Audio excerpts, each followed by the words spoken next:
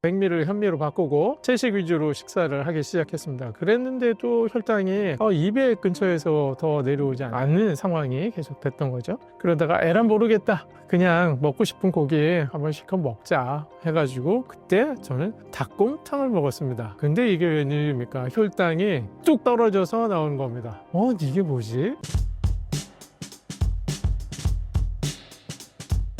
원장님께서는 혈당이 어느 정도로 오르셨고 식단을 어떤 식으로 바꾸셨는지 소개해 주실 수 있으실까요? 네, 제가 2009년도에 이제 당뇨인 것을 알게 됐는데요.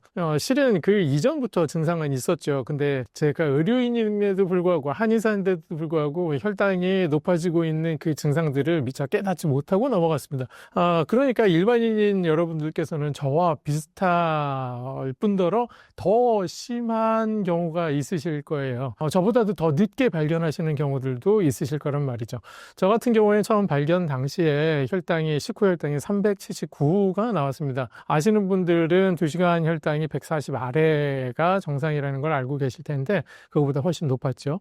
물론 200이 넘는다고 하면 당뇨병 진단이 나오는데 저는 그거보다 훨씬 높은 379였고, 또 당화혈색소 수치가 있습니다. 그 수치는 10.9였습니다. 정상 수치는 5.7 아래가 정상 수치고 당뇨 전 단계도 6.5 아래잖아요. 6.5 이상이면 당뇨병인데 그 후에 거의 2배 가까이 되는 10.9라는 수치로 제 당뇨병 상태가 발견이 됐던 거죠. 그때부터 이제 제가 양방 검사를 몇 가지를 했습니다. 왜냐하면 혈당이 갑자기 튀어 올랐을 때 최악의 경우가 췌장암이라는 상황이 있거든요. 그래서 췌장암인지 아닌지를 먼저 확인하는 과정이 필요합니다. 그래서 CT 찍고 초음파도 보고 해서 다행히 췌장은 암이 아닌 것으로 판명이 돼서 그냥 단순 당뇨병, 제2형 당뇨병 진단을 받게 되었죠. 물론 그 검사하고 큰 병원에 가서 검사를 했으니까 처방전이 제 손에 들려져 있었겠죠. 나와서 약국을 갔죠. 약을 받았습니다. 근데 그 약을 받아서 들고 오는 제 모습이 얼마나 처량했겠습니까? 한의사가, 그죠? 양약을 손에 받아들고 가고 있다는 것, 집에 간다는 게 이게 좀 처량한 모습이 들었습니다. 뭐 자존심도 좀 상하고 그랬죠. 그래서 약을 딱 하루 먹었습니다. 그 이후에는 끊었습니다. 혈당은 당연히 높은 상태에서 어떻게 그걸 극복하려고 그랬느냐 생각을 하시겠지만, 저희 부모님이나 가족들은 많이 걱정을 했지만 그래도 한의사의 자존심을 좀 살려보자 해서 그때부터 이제 동의보감에 나오는 당뇨와 관련된 처방들을 다 찾아보고 내 몸으로 시험을 해보겠다 해서 그 테스트가 시작이 됐죠. 그랬는데 특이하게도 당뇨병이 왔을 때 생기는 불편한 증상들이 있습니다. 소변을 많이 본다든지, 물을 많이 들이킨다든지, 아니면 많이 배가 고픈다든지, 허기감이 심하다든지, 또 이제 체중이 빠진다든지, 이런 증상들은 한약을 먹으면 어느 정도 증상은 개선이 돼요. 근데 혈당이 생각만큼 그렇게 많이 떨어지지는 않았습니다. 그게 조금 특이하다라고 생각하던 중에 이런 방법으로 좀 해봐야겠다라는 생각이 들어서 식이요법에 관심을 갖게 된 거예요. 당뇨병에 좋다라고 하는 식단을 이제 시작을 하게 됐죠. 당뇨병 진단을 받고 당뇨 약을 받아 들고 와서 하루 당뇨약 먹고 끊고, 그 다음에는 식이요법을 시작을 했는데 백미를 현미로 바꾸고 채식 위주로 식사를 하기 시작했습니다. 그랬는데도 혈당이 200 근처에서 더 내려오지 않는 상황이 계속 됐던 거죠. 그러다가 에라 모르겠다, 그냥 먹고 싶은 고기 한번 실컷 먹자 해가지고 그때 저는 닭곰탕을 먹었습니다. 그것도 배불리 먹기 위해서 밥을 빼고 그냥 닭 한 마리 다 먹고 국물까지 다 들이켰거든요. 반찬 다 먹고. 근데 이게 웬일입니까? 혈당이 뚝 떨어져서 나오는 겁니다. 그러니까 식후에 혈당이 거의 올라가지 않는 게 눈에 보인 거예요. 이게 뭐지? 깜짝 놀랐죠. 그래서 그때 제가 알게 된 게, 당뇨에 좋은 음식이 있는 게 아니라 사람마다 당뇨에 좋은 음식은 다를 수 있지 않을까라는 생각을 하게 된 겁니다. 왜냐면 그 당시만 해도 그냥 현미밥 먹으면 혈당이 좋고 육식 말고 채식을 해야 혈당에 좋고 당뇨를 극복할 수 있다, 이렇게 알려진 게 상식이었거든요. 근데 그렇지 않은 결과를 저는 경험을 한 거죠. 그래서 저는 서점에 갔습니다. 그 서점에 가서 식이요법과 관련된 책들을 전부 다 살펴보기 시작을 했죠. 그래서 하루 왼종일 살펴보고 그 책장 한 칸을 가득 채운 책들을 다 봤어요. 당뇨와 관련된 책들을 꼽아서 봤는데 그 이후에 그 서점에서 나오는 제 손에 들려진 책이 딱 2권이 있었습니다. 그 2권의 책이 현재 저를 읽게 한 계기가 된 책이었고요. 그래서 그 생각을 굳히게 됐습니다.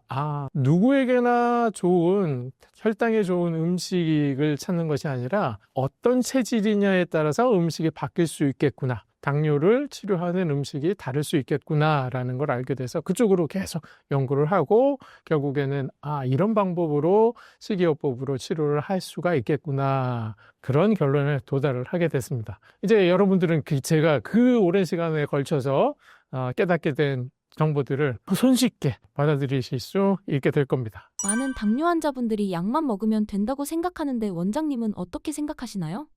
절대 그렇지가 않습니다. 양료 양약은 정말 효과가 좋습니다. 저도 한 번 딱 먹었는데 바로 혈당 떨어지는 게 눈에 보이니까요. 근데 공부를 해보신 분들은 다 아실 텐데 효과 좋은 당뇨약만 믿고 계시다 보면 정작 힘들어하는 내 오장육부의 소리를 내가 들을 수 있는 기회가 사라집니다. 왜냐하면 혈당만 낮아지면 나는 괜찮겠지라고 생각을 하게 된단 말이죠. 그래서 양약을 먹고 음식이건 생활습관이건 그대로 유지하시면서 약에만 의존해서 혈당 관리를 하시는 분들이 생긴단 말이죠.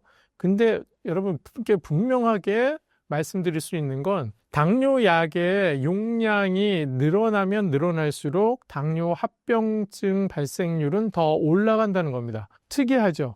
혈당과 상관없습니다. 물론 혈당도 높고 약의 용량도 높다고 하면 그 경우는 최악의 경우인 거고요. 당뇨약의 용량이 높은데 혈당은 양호하다. 그러니까 나는 괜찮겠지라고 생각하는 경우에도 당뇨 합병증인 발생률이 올라간다는 이 사실을 꼭 알고 계셔야 한다는 거죠. 이건 어떤 것을 시사하는 바냐면 당뇨 양약은 그냥 내 혈관 안에서 혈당을 바깥으로 빼내는 약이지 내 세포의 건강을 책임져 주는 약은 아니다라는 것입니다. 당뇨가 생긴 이유를 한번 다른 측면으로 보실 필요가 있는데요.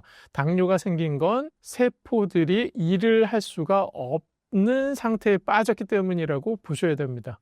세포가 포도당을 받아들이지 못하는 상황에 빠져서 문을 걸어 잠근 겁니다. 근데 양약이 들어가면 어떻게 일을 하냐면 세포가 문을 닫은 그 문을 억지로 열어 제치고 포도당이라는 일감을 넣어주게 되는 일이 발생합니다.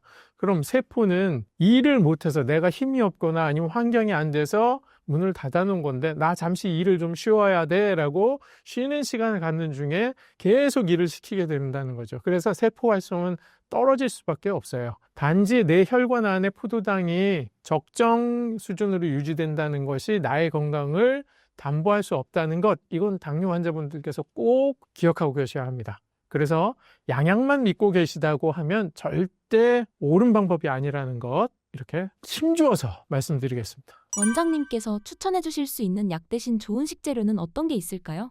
네, 약 대신에 식품으로, 음식으로 여러분들께서 췌장이 조금 좋은 음식들이 뭐 있을까라고 찾으실 텐데요. 아까 잠깐 말씀드리긴 했지만 내 체질에 맞춰서 음식들을 구별하는 방법이 필요하다는 건 기본적으로 전제하에 말씀을 드리겠습니다. 공통적으로 여러분께 도움이 되실 만한 식재료를 우선 꼽아드리자면 첫 번째는 우엉입니다. 우엉은 천연 인슐린이라고도 불리는 그런 별명을 가진 이눌린이라는 성분을 가지고 있습니다. 이 이눌린이라는 영양성분이 우리 몸에 들어오면 세포에서 인슐린 작동이 좀 더 활발해지는 그런 결과를 얻을 수 있어서 그래서 천연 인슐린이라는 별명이 붙게 된 거거든요. 이눌린은 찾아보시면 여러 군데에서도 나오는 성분인데요. 여러분 잘 알고 계시는 똥단지, 돼지 감자를 얘기하죠. 돼지 감자의 주성분도 이눌린입니다. 그래서 돼지 감자 이렇게 썰어서 냄새 한번 맡아보시고 우엉 냄새 맡아보시면 그 냄새가 비슷하다는 걸 아실 수 있거든요. 바로 이눌린 성분 때문에 그렇습니다. 그래서 돼지 감자 구하실 수 있는 분들은 돼지 감자도 좋고요. 그리고 흔히 구하실 수 있는 게 우엉이라서 우엉은 뭐 어느 마트에나 있으니까요. 우엉 드시는 것을 추천드리고요. 두 번째 추천드리는 건 바로 양파입니다. 양파는 뭐 혈관 건강에 좋다는 거 모두 이제 다 아실 정도의 유명한 그런 효능이 알려져 있죠. 퀘르세틴이라는 항산화 물질이 들어있다라고 알고 계실 것이고 또 껍질 부분에 더 많다. 그래서 양파의 그 누런 껍질만 잘 씻어서 말려가지고 차로 끓여서 드시는 경우들도 많이 있으실 겁니다. 그만큼 혈관 건강에 양파가 좋은데 이 양파 당뇨 환자분들도 꼭 드셔야 됩니다. 왜냐하면 혈당이 높은 당뇨 환자분들은 대부분의 합병증은 다 혈관 문제로 생기게 되거든요. 그래서 무엇보다도 당뇨 환자분들께서 혈관 건강을 지키기 위한 노력이 필요한데 그 대안으로 양파 적극 추천해 드립니다. 그리고 세 번째로 추천드리는 음식은 바로 해조류입니다. 미역이나 다시마 같은 해조류는 알긴산이라고 하는 식이섬유를 풍부히 함유하고 있는 식품입니다. 알긴산은 그냥 눈으로 봐도 이렇게 미역 겉에 그리고 다시마 겉에 진득진득한 액체 성분, 그게 바로 알긴산이라는 식이섬유거든요. 식이섬유는 무엇이든 좋다라고 말씀드릴 수가 있는데 특히 알긴산의 식이섬유는 장내 점막을 촉촉하게 적셔주는 역할을 할 수 있어서 좋고요. 또 우리가 섭취하게 되는 포도당, 그러니까 전분이겠죠. 쌀이나 밀가루 같은 포도당이 우리 몸속에서 분해되는 속도를 늦춰줄 수가 있는 효과가 있어서 장 건강을 위해서도 좋고 혈당을 천천히 올리는 측면에서도 알긴산이라는 식이섬유는 충분히 섭취하실 필요가 있다라고 정리해 드릴 수 있습니다.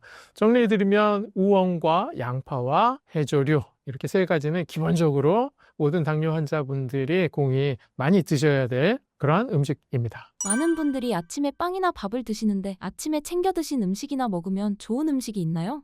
제가 챙겨 먹었던 아침을 조금 소개해 드리면 여러분들께 참고가 되실 거예요.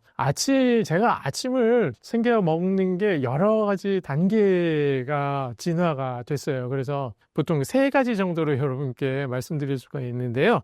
첫 번째, 초기 단계에서 제가 아침을 어떻게 먹었느냐. 채소 위주, 그리고 달걀.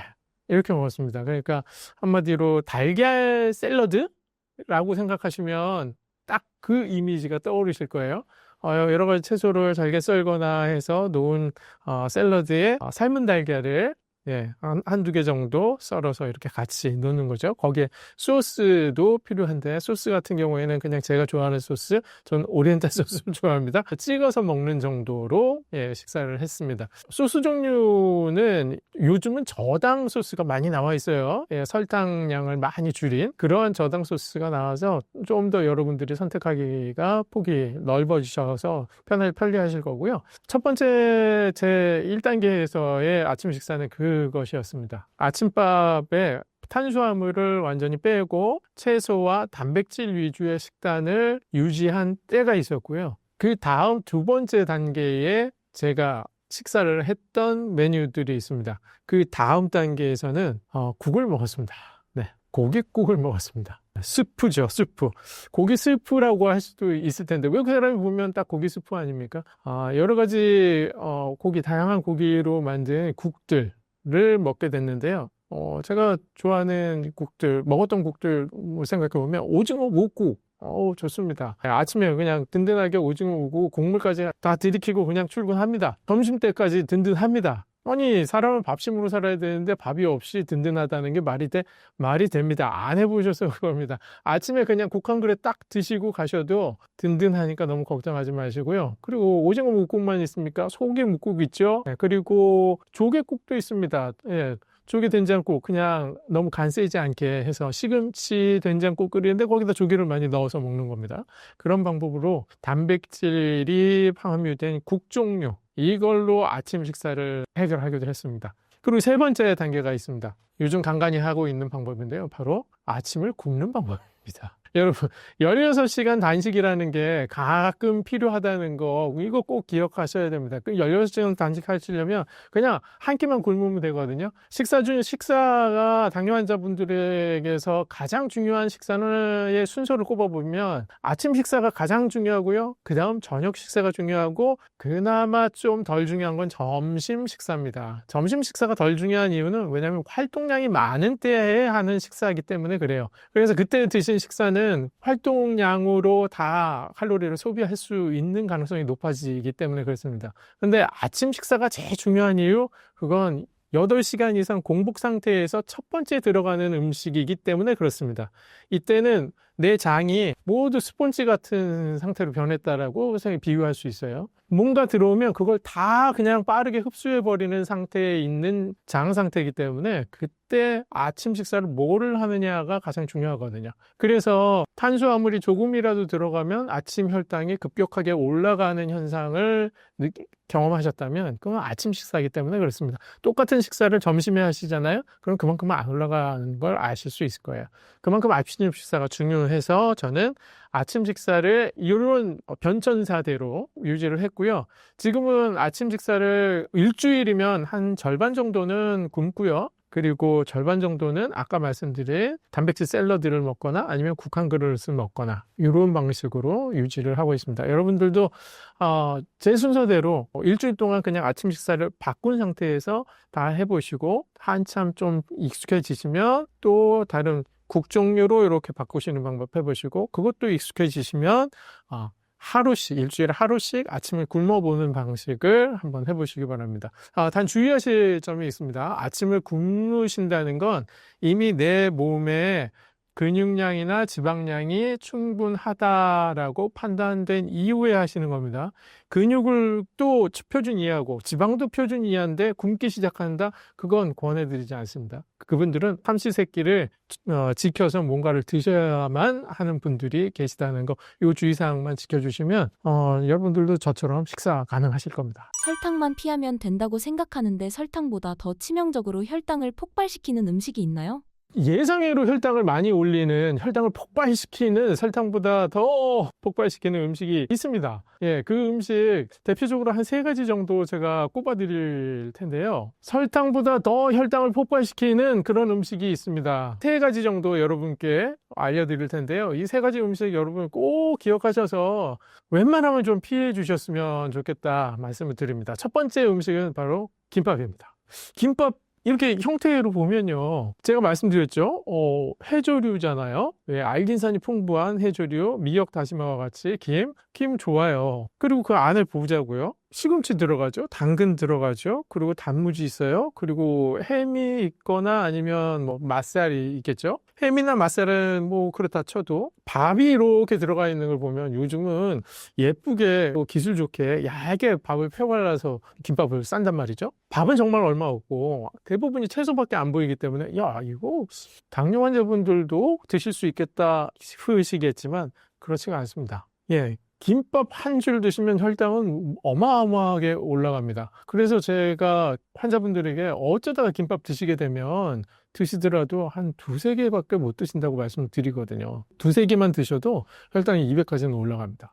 그 이유가 김밥을 쌀 때 밥을 이렇게 눌러서 펴 바르기 때문에 밥이 농축이 돼서 들어가 있다는 걸 아셔야 돼요. 그 이유 때문에 탄수화물 섭취량이 생각보다 많습니다. 눈에 보이는 것만으로 안심하지 마시고 김밥, 설탕만큼 폭발적으로 혈당 올리는 음식이라는 거 꼭 기억해 주시기 바랍니다. 그리고 2번째 음식, 제가 정말 주의하셔야 됩니다 라고 알려드리는 음식은 바로 누룽지입니다. 누룽지도 마찬가지로 탄수화물이 농축되어 있는 음식입니다. 그 이유가 누룽지 만들 때 어떻게 만드십니까? 밥을 이렇게 냄비소스에서 밥 퍼내고 그 바닥에 눌러져 있는 그 부분을 그냥 좀 더 가열해서 수분을 다 날리게 되거든요. 수분이 날아가는 것 자체가 탄수화물이 농축되는 과정인 거예요. 그래서 누룽지 1g은 그냥 생밥 한 4g 정도에 해당합니다. 그러니까 4분의 1 정도로 줄어드는 게 누룽지예요. 그러니까 누룽지는 그냥 소량 이렇게 해서 죽처럼 끓여서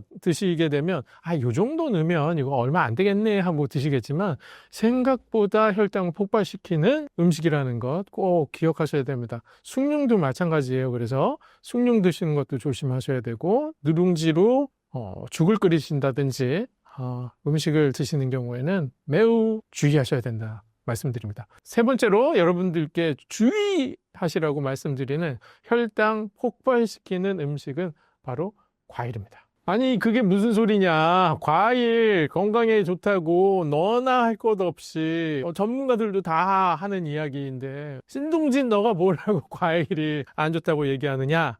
과일이 안 좋다라는 자료들은 지금부터 다시 찾아보십시오. 특히 과일이 많이 들어있다고 하는 과당이 몸에 안 좋은 이유 이렇게 검색해 보시면 자료들이 이제 쏟아지기 시작하고 있습니다. 여러분 꼭 참고해 보시기 바라고요.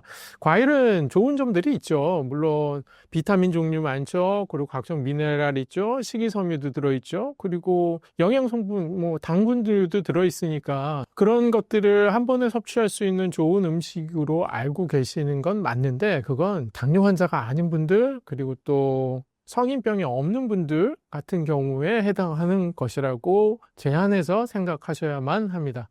과일에 들어있는 과당은요, 실제적으로 과당만 단독으로 섭취를 하게 되면 집에서 재시는 혈당 기계 있잖아요. 과당을 먹고 혈당을 쟀어요. 혈당이 올라갈까요? 안 올라갑니다. 안 올라가는 이유는요, 이 집에 있는 혈당계는 포도당만 감지합니다. 포도당, 과당은 각각 다른 종류거든요. 그래서 혈당도 안 올라가고 좋네 라고 생각하실 수 있겠는데, 그렇지가 않다는 걸 말씀드리는 겁니다.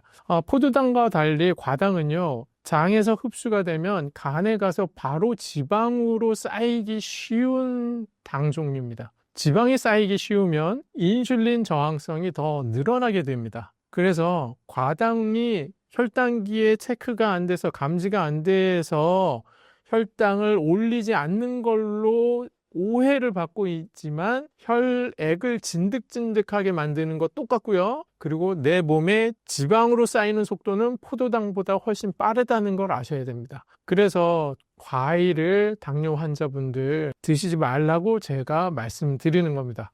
혈당을 폭발시키는 과일을 제가 말씀을 드리긴 했는데, 실제 과일은 과당만으로 이루어져 있지 않거든요. 포도당도 상당 부분이 들어있습니다. 그래서 과일을 드셨을 때 혈당이 올라가는 것들을 확인해 보시면, 신동진이 왜 그렇게 얘기했는지 이해하게 되실 겁니다. 과일 드시고 이거 과당으로만 이루어졌는데 혈당을 올리네, 이렇게 생각하지 마시고, 포도당도 있어서 혈당 올리는 속도는 그만큼 빠르고, 더군다나 과당이 많이 들어있어서 지방을 만드는 속도도 그만큼 빠르다는 것. 그래서 당뇨 환자분들은 피하시는 게 좋겠다라고 말씀드리는 거고요. 저희 한의원에서 3개월 프로그램을 진행하시는 분들 3개월 동안 과일은 일절 금지입니다. 그래야만 내 혈당을 조절할 수 있는 힘이 생기거든요. 여러분도 꼭 참고하셔서 혈당 관리하시는 데 도움을 받으시기 바랍니다. 혈당에 최악인 과일의 종류와 먹어도 되는 과일 종류는 무엇인가요? 과일 중에도 여러 가지 종류가 있어서, 그렇다면 더 나쁜 과일이 있고, 그래도 조금 좋은 과일이 있고, 이렇게 얘기 들으셨을 거예요. 그게 GI 지수별로 과일에 줄을 세워서 등급을 매겨놓은 거 보셨을 텐데요. 맨 위에 있는 거하고 맨 아래에 있는 것들은, 양극단에 있는 것들은 어느 정도 비슷하게 갑니다. 치질에 상관없이. 그래서 말씀드리면 제일 안 좋은 과일 3가지를 꼽아라 라고 말씀하시면 파인애플, 바나나, 수박입니다. 이 3가지 과일은 혈당을 가장 많이 올리는 과일에 속해 있다는 것 기억하셔서, 이 중에서도 지금 이제 여름이 지나갔으니까 수박은 이제 들어가실 거고, 바나나는 사시사철 그냥 마트에 가면 쉽게 구할 수 있잖아요. 바나나 조심하셔야 된다는 거 꼭 기억하셔야 됩니다. 그리고 위와 아래 중에 아래 끝단에 있는 과일들은 이건 좀 괜찮아 라고 말씀드릴 수 있는 과일인데, 이 과일들은 거의 다 베리류입니다. 스트로베리, 블루베리, 이런 베리류죠. 그래서 스트로베리, 딸기류, 그리고 블루베리, 이런 종류들은 혈당을 천천히 올리는 그런 장점을 가지고 있어서 체질에 상관없이 조금씩은 드실 수 있다라고 말씀드릴 수 있는데, 양을 좀 정해드리고 싶어요. 저는 한 번 드시는 양은 80g으로 제한하시길 바랍니다. 그리고 드시는 때도 중요합니다. 식사를 다 하시고 보통은 후식으로 거실에 소파에 다시 옮겨 앉으셔서 TV 보시면서 과일 이렇게 집어 드시게 되잖아요. 이건 좋지 않습니다.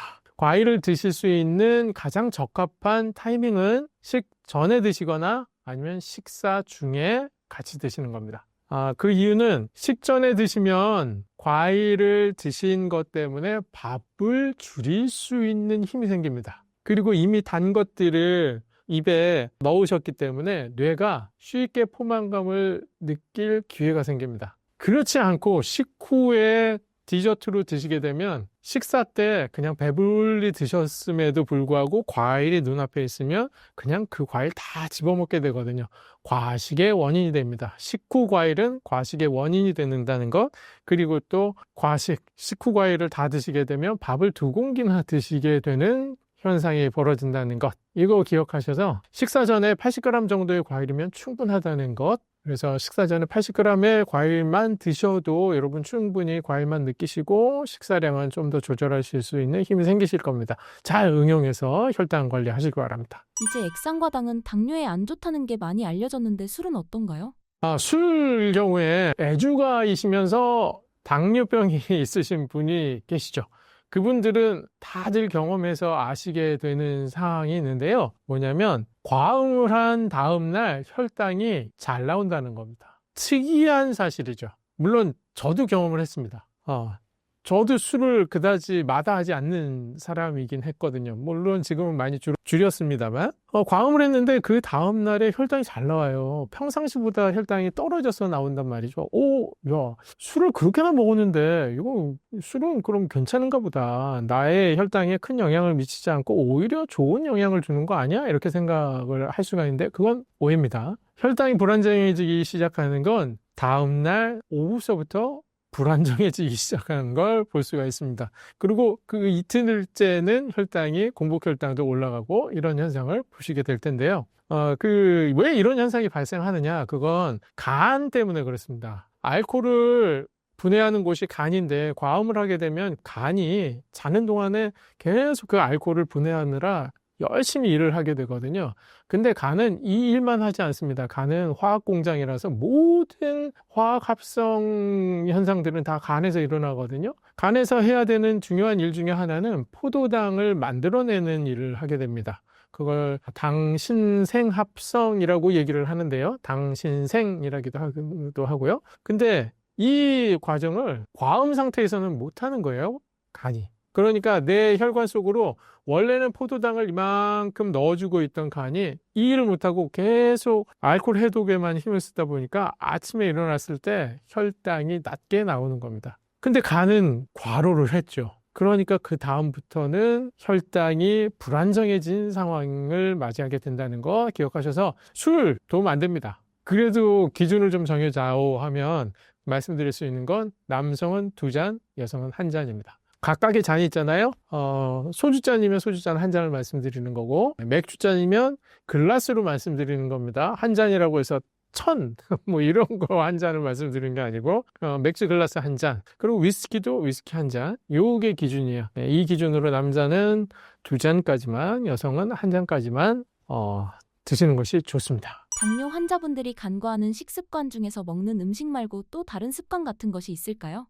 음식을 중요하게 생각하셨겠지만 음식과 함께 중요하게 신경 쓰셔야 될 식습관이 있습니다. 그건 바로 식사 순서와 식사 속도입니다. 식사 순서는 많이들 들으셨을 거예요. 거꾸로 식사법 들으셨잖아요. 처음에 듣기는 채소 먹고 단백질 먹고 그 다음에 밥 먹고 채소 먹고 단백질 먹고 밥 먹고 이렇게 계속 반복하면 결국은 뭐뭐 똑같지 않냐 이렇게 생각을 할 수 있잖아요. 근데 처음에 어떤 음식을 먹느냐가 중요하고 마지막에 어떤 음식을 먹느냐가 중요하다는 거예요. 이렇게 반복해서 먹는 게 아니라 제가 제안해 드리는 거꾸로 식사법은 아예 채소만 먼저 다 드시고 그 다음에 단백질을 다 드시고 마지막에 밥을 드시라고 말씀을 드리는 겁니다. 번갈아 가면서 드시는 게 아니고요. 물론 그럼 마지막에 생밥을 먹으란 말이냐 생각하시겠지만 반찬 조금 남아있을 거예요. 그거랑 밥이랑 드시라는 말씀이고요. 채소를 먼저 드셔야 되는 이유, 그건 식이섬유가 장 속에 먼저 도착을 해야만 하기 때문입니다.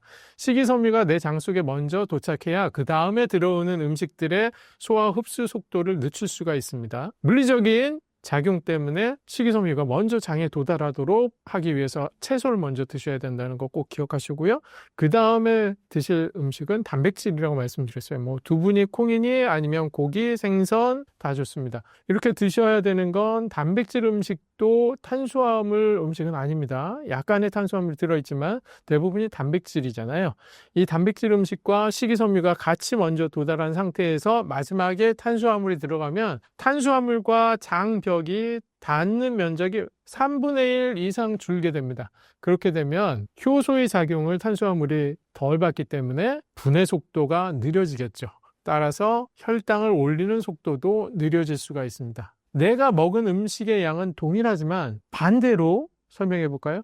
밥을 먼저 다 먹어요. 그 다음에 고기를 먹었어요. 그 다음에 마지막에 채소를 먹었어요. 이 경우는 탄수화물이 먼저 장벽에 다 도배가 됐기 때문에 소화 흡수 속도, 혈당에 올라가는 속도가 매우 빠르다는 것, 이렇게 비교해 보시면 이해하실 겁니다.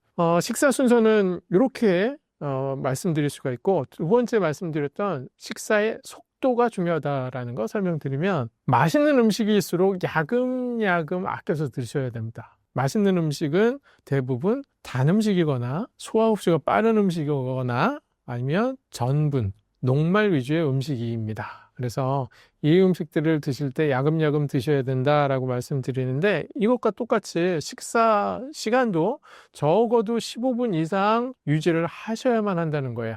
그만큼 천천히 드셔야만 한다는 것인데, 그 이유는 우리 뇌에는 포만감을 느끼게 해주는 호르몬이 있습니다. 근데 위장에 음식이 들어가고 나서 15분 뒤에야 그 호르몬이 분비되기 시작하거든요. 근데 보통 회사원들 어떻게 식사합니까? 그냥 5분 만에 뚝딱뚝딱 해치워버리고 그냥 일하러 가거나 아니면 다른 일을 하거나 이러잖아요. 그래서 젊은 사람들, 특히나 남성 회사원분들은 빨리 식사를 해치우는 게 능력처럼 인식되던 시기가 있었어요. 요즘은 그런지는 모르겠습니다만 매우 안 좋은 식습관입니다. 더군다나 그분이 당뇨 환자였다라고 하면 정말 최정이 안 좋은 식습관을 갖고 계시는 거죠. 어떻게 해서든 밥량을 줄여야 하는, 과식을 피해야 하는 분들이라면 15분만 참으십시오. 15분만 어떻게든 견디십시오. 천천히 음식을 드시면서. 그러면 15분 후에는 내가 노력하지 않아도 난 이 음식 그만 먹어도 되겠네라는 생각을 호르몬이 와서 도와준다는 거예요. 호르몬의 도움을 받기 위해서라도 여러분 천천히 야금야금 식사하시는 습관을 꼭 들이셔야 하겠습니다. 혈당을 낮추는데 도움이 되는 밥 짓는 방법이 있을까요? 네, 여러 가지 밥 짓는 방법 중에 요즘 특이하게 밥솥으로 나온 것도 있어요. 저당 밥솥이라고 있잖아요. 이거 꼭 좀 말씀드렸으면 좋겠어요. 그리고 말씀드리는 김에 각종 당뇨에 좋다고 하는 쌀들 있지 않습니까? 그거에 대해서도 좀 설명을 드릴까 합니다. 우선 저당 밥솥의 구조는 밥을 짓게 되면 하얗고 뽀얀 밥물이 이렇게 뽀글뽀글 올라오게 되잖아요. 이 뽀글뽀글 올라오는 이 밥물을 제거하는 게 저당 밥솥의 원리입니다. 조금 비유해서 말씀드리자면 밥을 하던 중에 한 반쯤 익었을 때 그 밥물을 모두 버리고 물을 다시 붓고 밥을 다시 하는 것하고 똑같아요. 그러니까 당연히 그 뽀얀 밥물에 들어있는 녹말 성분들이 제거가 되겠죠. 그래서 당 함유량을 낮출 수 있다 해서 저당 밥솥이라고 해서 팔고 있는 거죠. 도움이 될 수 있습니다. 될 수 있지만 제가 나중에 말씀드리는 이유로 한 번쯤은 고려해 보셔야 될 부분이 있다라고 지금은 간단하게 말씀드리고 넘어갈게요. 두 번째, 땡땡 쌀이라고 일컬어지는 당뇨에 특화된 쌀이 있습니다. 그렇죠? 얼마 전에 뉴스에 나왔어요. 실제 효과를 부풀렸다. 이런 기사 나온 거 보셨을 거예요. 그전에도 제가 계속 말씀드렸었거든요. 밥이 나오기 이전에도 이미 당뇨에 좋다고 하는 그런 쌀들이 나와서 저 다 먹어보고 테스트했어요. 효과가 기대한 것만큼 나오지 않습니다. 이제 이 얘기를 제가 하게 되는 그 근거라고 할까요? 그거를 말씀드릴게요. 이 근거는 어디에도 나오지 않는 얘기입니다. 이 얘기는 10년 넘게 당뇨 환자를 진료하고 그리고 제 몸을 가지고 실험한 결과 얻을 수 있는 데이터거든요. 어떤 현상이 있냐면요. 특이한 현상들을 발견할 수 있는데, 결론적으로 말씀드리면 우리 몸은 과자를 먹든 밥을 먹든 빵을 먹든 장에서 분해가 돼서 몸 안으로 들어오면 다 포도당으로 동일하게 흡수가 돼서 구분이 안 갈 거라고 생각이 들잖아요. 근데 그렇지 않다라고 저는 주장하는 거예요. 왜냐하면 임상적으로 보면 그렇다고 하면 해석이 안 되는 현상들이 너무 많이 벌어진다는 겁니다. 무슨 말이냐면 어떤 특정 음식은 요만큼만 먹어도, 예를 들게요. 그냥 과자, 비스켓 한 조각만 먹어도 혈당이 100 이상 올라가시는 분이 있어요. 이거 설명할 수가 없어요. 그죠? 크래커 한 개에 이 몇 그램이나 하겠습니까? 한 5g 할까요? 그러면 밥을 5g 먹었을 때 100만큼 올라갈까요? 그렇지 않은 분이 크래커 하나 먹으면 혈당이 그렇게 치솟는 경우가 생긴다는 거예요. 그래서 제 결론은 물론 가설입니다만 음식이 장에서 분해돼서 흡수될 때 이름표가 붙는 것 아니냐라는 생각을 하게 되는 겁니다. 이건 어느 음식에서 온 포도당이야. 말하자면 이건 빵에서 온 포도당이구나. 요건 쌀에서 온 포도당이구나. 이건 과자에서 온 포도당이구나. 인체가 그걸 어떤 방식인지는 모르겠는데 그걸 감지하고 있지 않았나라고 생각할 수밖에 없는 그런 현상들을 자주 접하게 된다는 겁니다. 그래서 만약에 저당 밥솥이나 아니면 땡땡쌀 이런 걸 드시는 분들이라고 하면 혈당을 낮추는데 어느 정도 도움은 될 수 있지만 그분들 중에는 쌀이 조금이라도 들어가면 혈당이 확 치솟는 분들이 계실 가능성이 있다는 거, 이걸 주의하셔야 된다는 걸 말씀드리는 겁니다. 그래서 쌀에 대해서 민감하게 반응하시는 분이라면 저당밥솥이니 땡땡쌀이니 이런 건 아무 소용이 없는 겁니다. 그분은 그냥 쌀을 끊으셔야 될 분이라는 것. 이런 분들이 다수는 아니더라도 그분들 중에 분명히 그런 분들이 있다는 걸 꼭 기억하셔서 혹시 내가 아닐까라는 생각으로 혈당 테스트를 꼭 해보셔야 한다는 거,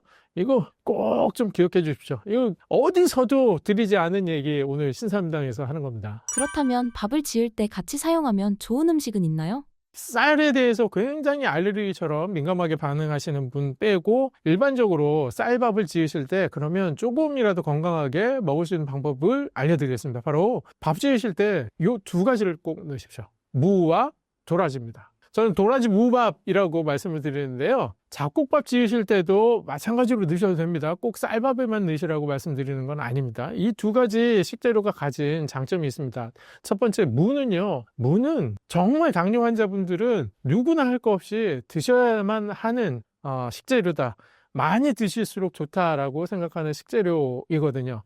왜냐? 3가지 3대 영양소의 소화효소를 모두 다 갖고 있는 드문 채소입니다. 단백질이면 단백질, 지방이면 지방, 탄수화물이면 탄수화물, 이 3가지의 소화효소를 다 갖추고 있는 채소라는 장점이 있습니다. 그리고 무는 식이섬유가 또 많습니다. 식이섬유의 장점은 익히 들어서 아실 테니 무의 장점, 소화가 잘 되게 만들어준다라는 것. 그렇다고 하면 이 소화효소가 있다는 게 어떤 장점이냐. 물론 탄수화물이 소화가 잘 된다는 것을 장점으로 내세우진 않습니다. 왜냐하면 탄수화물이 소화가 잘 되면 그건 혈당을 빠르게 올린다는 얘기하고 똑같거든요. 단백질과 지방의 소화효소가 있다는 것, 여기에 중점을 두고 무를 추천드린다는 것 좀 기억해 주시면 좋겠습니다. 두 번째로 추천드린 게 도라지인데요. 도라지는 사포닌이라는 성분을 가지고 있어요. 도라지? 인삼이랑 비슷하게 생겼고 또 더덕하고도 비슷하게 생겼는데 그렇게 생긴 것들은 다 사포닌이라는 게 있나 보다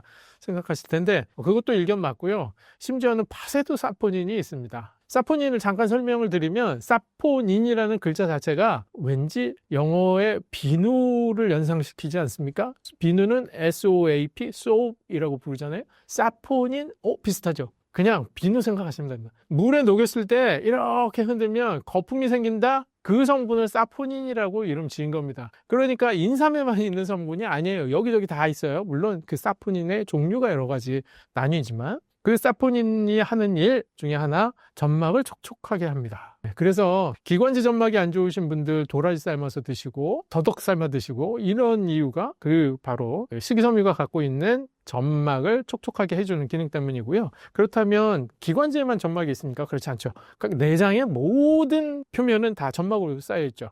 당뇨 환자분들은 몸에서 수분이 부족해지는 분들이거든요. 한마디로 몸에 불이 나서 수분이 다 날아가고 있는 상황이라고 표현할 수 있어요. 그런 분들은 점막이 어떻겠습니까? 점막도 말라 있겠죠. 점막이 마른다면 당연히 소화 기능이 떨어질 수밖에 없고요. 그 마른 점막에 물을 대주는 일이 필요한데 그 일을 바로 도라지가 해줄 수 있다는 겁니다. 도라지와 물을 넣으시고요. 여기서 조금 더 생각나시는 분들이 있을 거예요. 그래? 점막을 촉촉해 해준다? 그럼 알긴산이라는 게 있는데 그건 어떨까? 좋은 생각입니다. 거기 다시마 넣으시면 더 좋죠. 도라지, 다시마, 무 생각나시는 것들, 제가 설명드렸던 것들 같이 배합하시면 좋고요.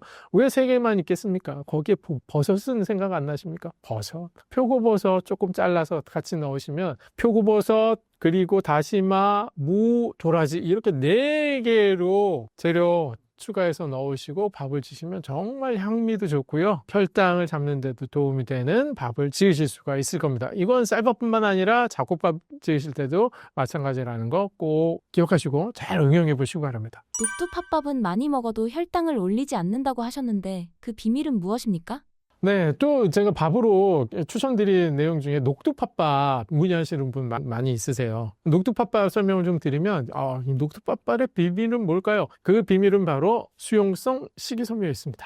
녹두하고 모두 수용성 식이섬유를 풍부히 갖고 있거든요. 이 수용성 식이섬유는 장에 내려가게 되면 수분과 접촉해서 젤 상태가 됩니다. 그래서 유동성은 있고 약간 수분을 함유한 끈적끈적한 그런 물질이 되면서 장벽을 촉촉하게 적셔주고 그리고 장 운동을 촉진시켜주고 포도당 흡수가 빠르게 되지 않도록 막아주는 그런 역할을 하거든요. 그게 첫 번째 비밀이고요. 두 번째 비밀은 탄수화물 함량이 적절하다. 에 있습니다. 왜 적다라고 표현하고 적절하다라고 표현하냐면 팥이나 녹두 다 콩과 식물이잖아요. 콩과 식물은 단백질이 풍부하다는 건 아실 텐데 단백질이 많은 콩이 있고요. 단백질이 적은 콩이 있어요. 단백질이 적은 콩은 상대적으로 탄수화물량이 조금 더 많은 겁니다. 그래서 탄수화물량이 조금 더 많은 게 녹두하고 팥이고 탄수화물은 적고 단백질이 높은 게 검은 콩과 메주콩이에요. 그래서 검은콩, 메주콩 삶아서 드셔도 이게 약간 단단한 느낌 드시잖아요. 팥하고 녹두 삶아서 드시면 부드럽지 않습니까? 그런 차이 식감으로도 느끼실 수 있죠. 그래서 제가 탄수화물이 적절하다라고 말씀드리는 겁니다. 그래서 녹두 팥밥을 지어서 먹으면 아무리 배부르게 먹어도 혈당이 오르지 않는다라고 말씀드린 거 제가 좀 과장한 겁니다. 탄수화물량이 좀 있기 때문에 그렇게 많이 드시면 혈당 올라간다는 거 좀 기억해 주시고 조금 수정해 주시기 바라요. 밥 없이도 든든하고 혈당 걱정 없는 한 끼 식사 구성을 추천해 주신다면요? 든든하게 한 끼 식사를 하고 싶은 당뇨 환자분들에게 제가 한 끼를 구성을 좀 말씀을 드릴게요. 구성 비율을 좀 말씀드리자면 단백질은 그냥 주먹 하나 정도 필요하다라고 생각하십시오. 고기를 이만큼 먹으면 이건 너무 비싸지 않나 라고 생각하실 수 있는데 고기만 단백질이 아니라는 걸 생각하세요. 우유가 들어갈 수도 있고요. 두유가 들어갈 수도 있고 달걀 하나 들어가면 요만큼 빠지겠죠. 요만큼. 그리고 또 두부 들어가잖아요. 두부 들어가면 또 요만큼 빠지겠죠. 그런 식으로 단백질을 모두 합쳐서 내 주먹 하나 정도는 먹어야 된다. 신동진의 주먹이 아니라 여러분의 주먹 크기를 말씀드리는 거예요. 그리고 채소류는 샐러드건 나물류건 다 합쳐서 2손 가득 이 정도의 채소류를 드셔야 됩니다. 이 2손 가득이라고 하는 기준은 생채소를 기준으로 말씀을 드리는 건데 왜 나물을 삶거나 데쳐서 하시게 되면 부피가 줄게 되잖아요. 또 말린 나물, 건나물을 드실 수도 있고 그 부피는 한 4분의 1 정도로 계산을 하시면 돼요.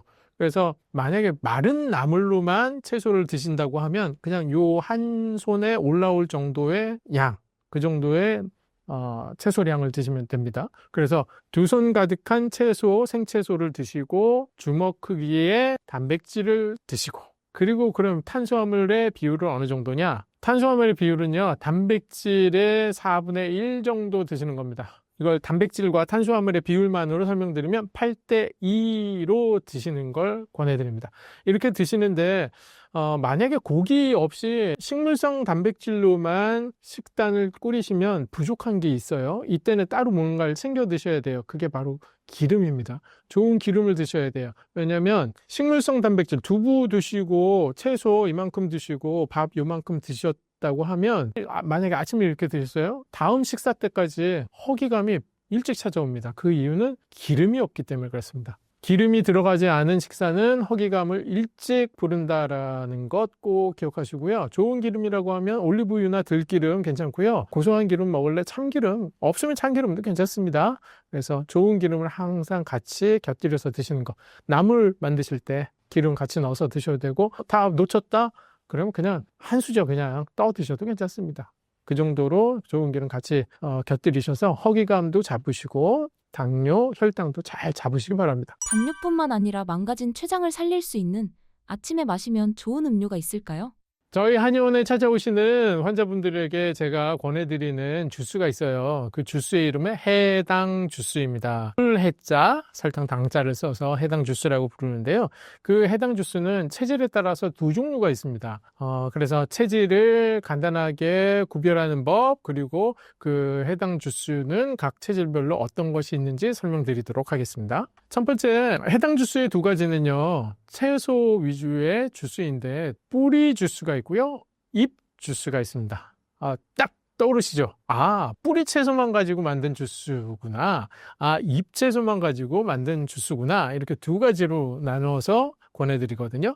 그럼 그 두 가지를 나누는 기준이 뭐냐? 간의 상태에서 따라서 나누는 기준이 있고요. 나의 배변 습관에 따라서 나누는 기준이 있습니다. 첫 번째, 나의 장의 움직임이 굉장히 활발하신 분들이 있어요. 이분들은 하루에도 몇 번씩 화장실을 갔다 오시는 분들인데, 내 몸이 정상 상황일 때를 말씀드리는 거예요. 내가 배탈이 나서 막 왔다 갔다 하는 그런 상황을 말씀드리는 건 아니고, 내가 항상 장이 약해서 설사를 많이 한다, 이런 상황을 얘기하는 것도 아닙니다. 내 컨디션이 정상일 때 나는 하루에 몇 번씩 변을 본다 하시는 분들은 뿌리 주스가 적합합니다. 반면 나는 컨디션이 좋은 상황일 때인데 하루 이틀에 한 번씩 본다, 2, 3일에 한 번씩 본다, 그래도 난 전혀 불편함 없다라고 느끼시는 분들도 있거든요.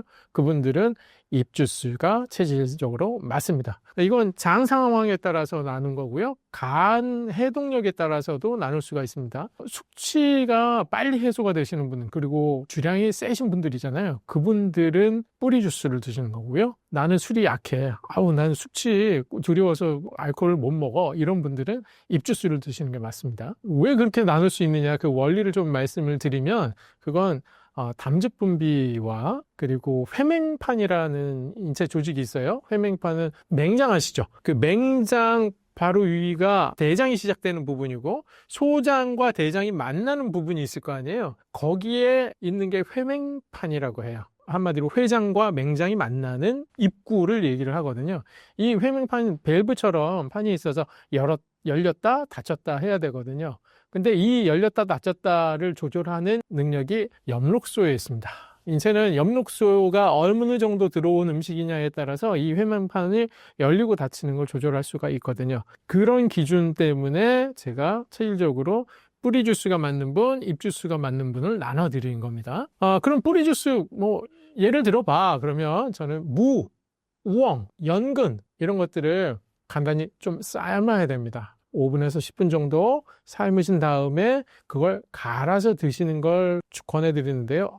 그게 무슨 주스냐 이제 하실 텐데, 이렇게 드시는 경우라면 그냥 끓여서 물만 드시는 방법도 가능하고요. 아니면 나는 식이섬유를 좀 더 많이 섭취하시고 싶다 하시는 분은 끓인 것을 다 갈아서 마시는 것도 가능합니다. 여기에 꼭 넣으셔야 될 거 있습니다. 소금 한 꼬집은 넣으셔야 돼요. 내가 한 잔을 마실 때 한 꼬집 정도는 넣으셔야 되는데, 물론 뿌리 주스나 잎 주스나 공히 말씀드리는 겁니다. 공통적으로 들어가는 건 소금 한 꼬집이고 올리브유 한 티스푼입니다. 이 두 가지가 꼭 들어가야 주스가 완성이 되는 건데요. 그 이유는 채소류는 칼륨이 많아요. 그래서 칼륨이 과도하게 흡수돼서 생길 수 있는 문제점을 해소시키기 위해서 소금을 약간은 넣는 겁니다. 소금이 많아서 생기는 문제점을 해결하기 위해서 여러분 칼륨이 많은 채소를 드시는 거 아시죠? 그거하고 똑같은 원리예요. 칼륨을 낮추려면 소금을 좀 넣어야 되고, 소금을 낮추려면 칼륨을 좀 넣어야 되고, 이런 원인인 겁니다. 잎주스에는 어떤 것들을 쓸 수 있느냐? 브로콜리, 케일 대표적인 겁니다. 여기에 시금치 넣으셔도 괜찮습니다. 여기에 올리브유 한 스푼 넣고 소금 한 꼬집 넣고 이렇게 드시는 겁니다. 대부분 탄수화물로 허기를 채우는데 원장님은 대신 어떤 음식이나 음료로 배를 채우셨나요? 갑자기 찾아온 허기감을 달랠 방법이 또 필요하시잖아요. 저 같은 경우에는 가장 쉽게 접할 수 있는 게 탄수화물이잖아요. 그래서 뭐 빵이건 뭐건 과자건 이렇게 이제 드시게 될 수밖에 없는데 당뇨 환자인 저로서는 그렇게 할 수가 없어서 제가 고안해낸 레시피가 있어요. 그 레시피는 저는 쉐이크를 만들어 먹거든요. 그래서 저희 냉장고에는 그 쉐이크 만들 수 있는, 한번 만들어서 먹을 수 있는 재료가 이렇게 비닐봉지, 작은 비닐봉지에 소분되어서 냉동실에 있습니다. 그래서 배고프다 그러면 그거 하나 꺼내와서 두유 붓고 갈아서 그냥 쭉 마시면 되거든요. 그 레시피 소개해 드릴게요. 이름 먼저 소개해 드리면 베리 쉐이크입니다. 베리는 블루베리가 들어가서 베리라는 이름이 들어갔어요. 블루베리 열알을 넣을 거고요. 그 다음에 두부 들어가잖아요. 두부는 50g입니다. 50g 넣으시고, 그리고 각종 견과류가 들어가게 되는데, 견과류는 저는 아몬드 15알 넣고요. 해바라기씨 15g 넣고요. 그리고 호박씨 15g을 넣습니다. 그리고 여기도 올리브유 1티스푼 들어가고요. 그리고 빼놓을 수 없는 식재료 하나가 더 들어가는데요. 그건 바로 달걀입니다. 달걀은 날달걀을 넣나? 아니면 삶은 달걀인가 궁금했는데 전 날달걀을 넣습니다. 만약에 날달걀의 비린내가 조금이라도 걱정되시는 분이라면 그냥 노른자 부분만 떼서 넣으시는 것도 한 가지 방법이니까 응용하시고요. 근데 저는 여기 달걀 들어갔다라고 얘기 안 하고 딱 만들어서 다 갈아가지고 주잖아요. 뭐 전혀 눈치 못 챕니다. 달걀 맛은 안 난다는 걸 말씀드리는 거예요. 여기도 소금 한 꼬집 넣는 거 잊지 마시고요. 그렇게 해서 베리두부 쉐이크, 저희 한의원에서는 배두쉐라고 줄여서 부르거든요. 저희 환자분들 허기감을 달래주는 좋은 영양 간식이기도 합니다. 물론 저의 영양 간식이기도 하고요. 네. 요즘 현대인들은 커피 없으면 못 사는데 커피 대신에 먹을 수 있는 음료는 없을까요? 이런 상담을 하시는 분들 계십니다. 원장님, 저 회사원인데 점심 먹고 나서 다들 커피 한 잔 마시러 가는데 나는 거기 가서 뭘 먹어야 고민이다 하시는 분들이 있어요. 그분들께 제가 권해드리는 팁을 드릴 테니까 여러분 잘 활용해 보시기 바랍니다. 그런 경우에는 각종 티가 있습니다. 티 종류가 같이 파는 곳이 있잖아요. 거기서 허브티 종류를 드시는 것도 괜찮아요. 그리고 허브티 너무 좀 티난다 그러면요. 홍차 드시는 방법도 있습니다. 물론 홍차도 커피보다는 적지만 카페인이 좀 들어있기는 하거든요. 카페인을 피하기 위한 방법을 알려드리는 거예요. 그럼 카페인을 왜 먹으면 안 되냐? 카페인은요, 스트레스 호르몬을 강화시키는 측면이 있습니다. 그렇기 때문에 카페인을 당뇨 환자분들은 피하시라고 말씀을 드리는데, 그렇다면 뭐 홍차나 허브티 말고 혹시라도 디카페인 커피가 있는 곳도 있거든요. 그 디카페인 커피 마시면 괜찮죠. 그런 방법이 있고, 근데 만약에 집에서 차를 즐기고 싶으시다라고 하면 그냥 차만 드시면 안 되고요. 거기에 뭔가를 더 넣으시면 훨씬 건강하게 드실 수 있어서 그 방법을 말씀드릴게요. 지금은 조금 잊어버리신 분들도 많으신 것 같은데 방탄 커피라고 있었어요. 한번 들어보신 기억이 나실 거예요. 그거는 좋은 버터 그리고 MCT 오일이라는 걸 커피에 같이 넣어서 드시는 방법이거든요. 근데 당뇨 환자분들은 카페인을 피하셔야 된다고 말씀드렸잖아요. 그렇다면 대안은 홍차에다가 그 오일을 넣어서 방탄 홍차를 만들어서 드시는 겁니다.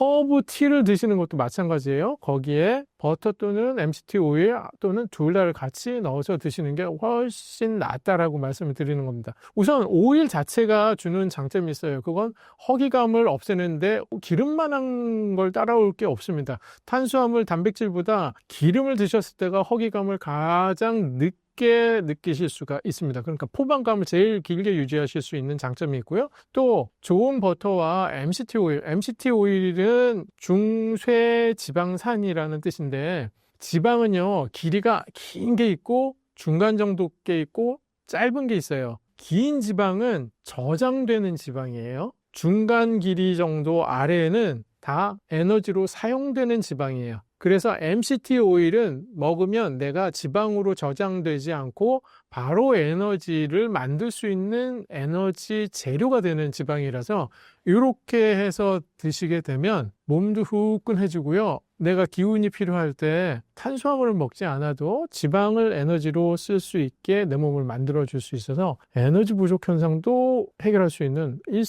3조, 4조 정도 되는 좋은 방법입니다. 잘 응용해서 사용해 보시기 바랍니다. 매일 간편하게 챙겨 먹을 수 있으면서도 혈당에 도움이 되는 하루 한 잔 식습관 팁이 있다면 무엇인가요? 이제 목표를 조금 달리해서 하루 한 잔, 한 잔으로 부족하고 하루 3잔 드실 수 있는 음료를 하나 추천드리도록 하겠습니다. 앞편을 좀 정리해 드리자면 허기감을 없애기 위해서 드시는 건 뭐죠? 핵심 재료는 오일이에요. 오일 꼭 넣으셔야 된다는 거. 든든하게 간식을 유동식처럼 드시고 싶다? 그럼 베리두부 쉐이크 드셔야 되죠. 그리고 간단하게 차처럼 드시고 허기감을 조금 덜하게 만들고 싶다 그러면 방탄홍차 같은 거 드시면 된다고 말씀드렸는데, 이번 목표는요, 간편하게 드실 수 있는 차 종류 식후에 드시는 차가 있거든요. 그걸 마지막으로 소개해 드릴까 합니다. 저희 모든 환자분들께 소개해 드리는 비법 또 하나 제가 공개합니다. 바로 레몬차입니다. 요즘 홈쇼핑 보시면 레몬 생강 이렇게 티백으로 만들어서 나오는 거 많이 보시는데, 제가 무려 10여 년 전부터 당뇨 환자분들에게 권해드렸던 게 바로 레몬입니다. 그 레몬이 가지고 있는 유기산의 장점 때문이거든요. 유기산 하면 또 떠오르시는 식재료가 있어요. 식초.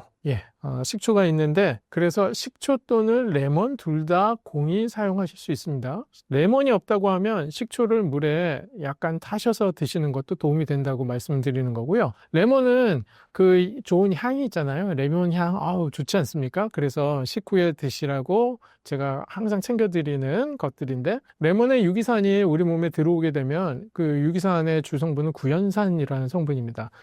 주성분이 구연산인 레몬을 섭취하게 되면 이 구연산이 하는 일은 우리 몸에 있는 세포 내에 발전소들이 여러 개씩 있거든요. 그 발전소가 미토콘드리아라고 하는 소기관입니다.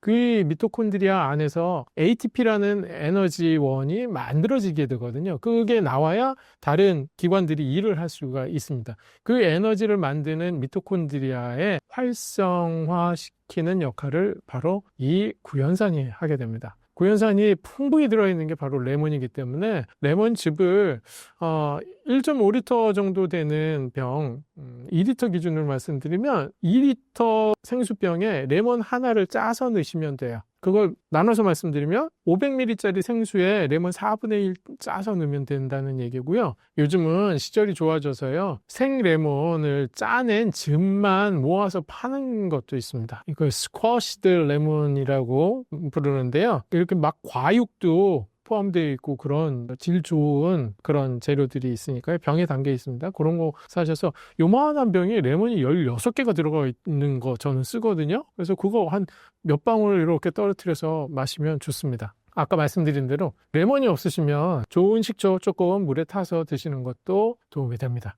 그럼 미토콘드리아를 활성화시키는 게 무슨 도움이 되냐? 미토콘드리아가 제일 많은 곳이 좋아집니다. 그곳이 어디냐? 간과 근육입니다. 간과 근육 좋아지면 뭐가 좋냐? 당연히 혈당 소비량이 늘어나겠죠. 그래서 인슐린 민감성이 늘어날 수 있어서 혈당이 좋다고 말씀드리는 겁니다. 근육이 없으신 분들도 저는 레몬즙 꼭 드시라고 말씀드려요. 근육을 만들기 위해서라도 필요한 겁니다. 정말 핵심 저희 한의원의 노하우를 여러분들께 오늘 신사임당에서 많이 알려드리고 있습니다. 신사임당 구독, 좋아요 좀 많이 눌러주세요. 선생님께서 당뇨를 극복하기 위해 매일 드셨던 음식이나 음료가 있다면 무엇인지 소개 부탁드립니다.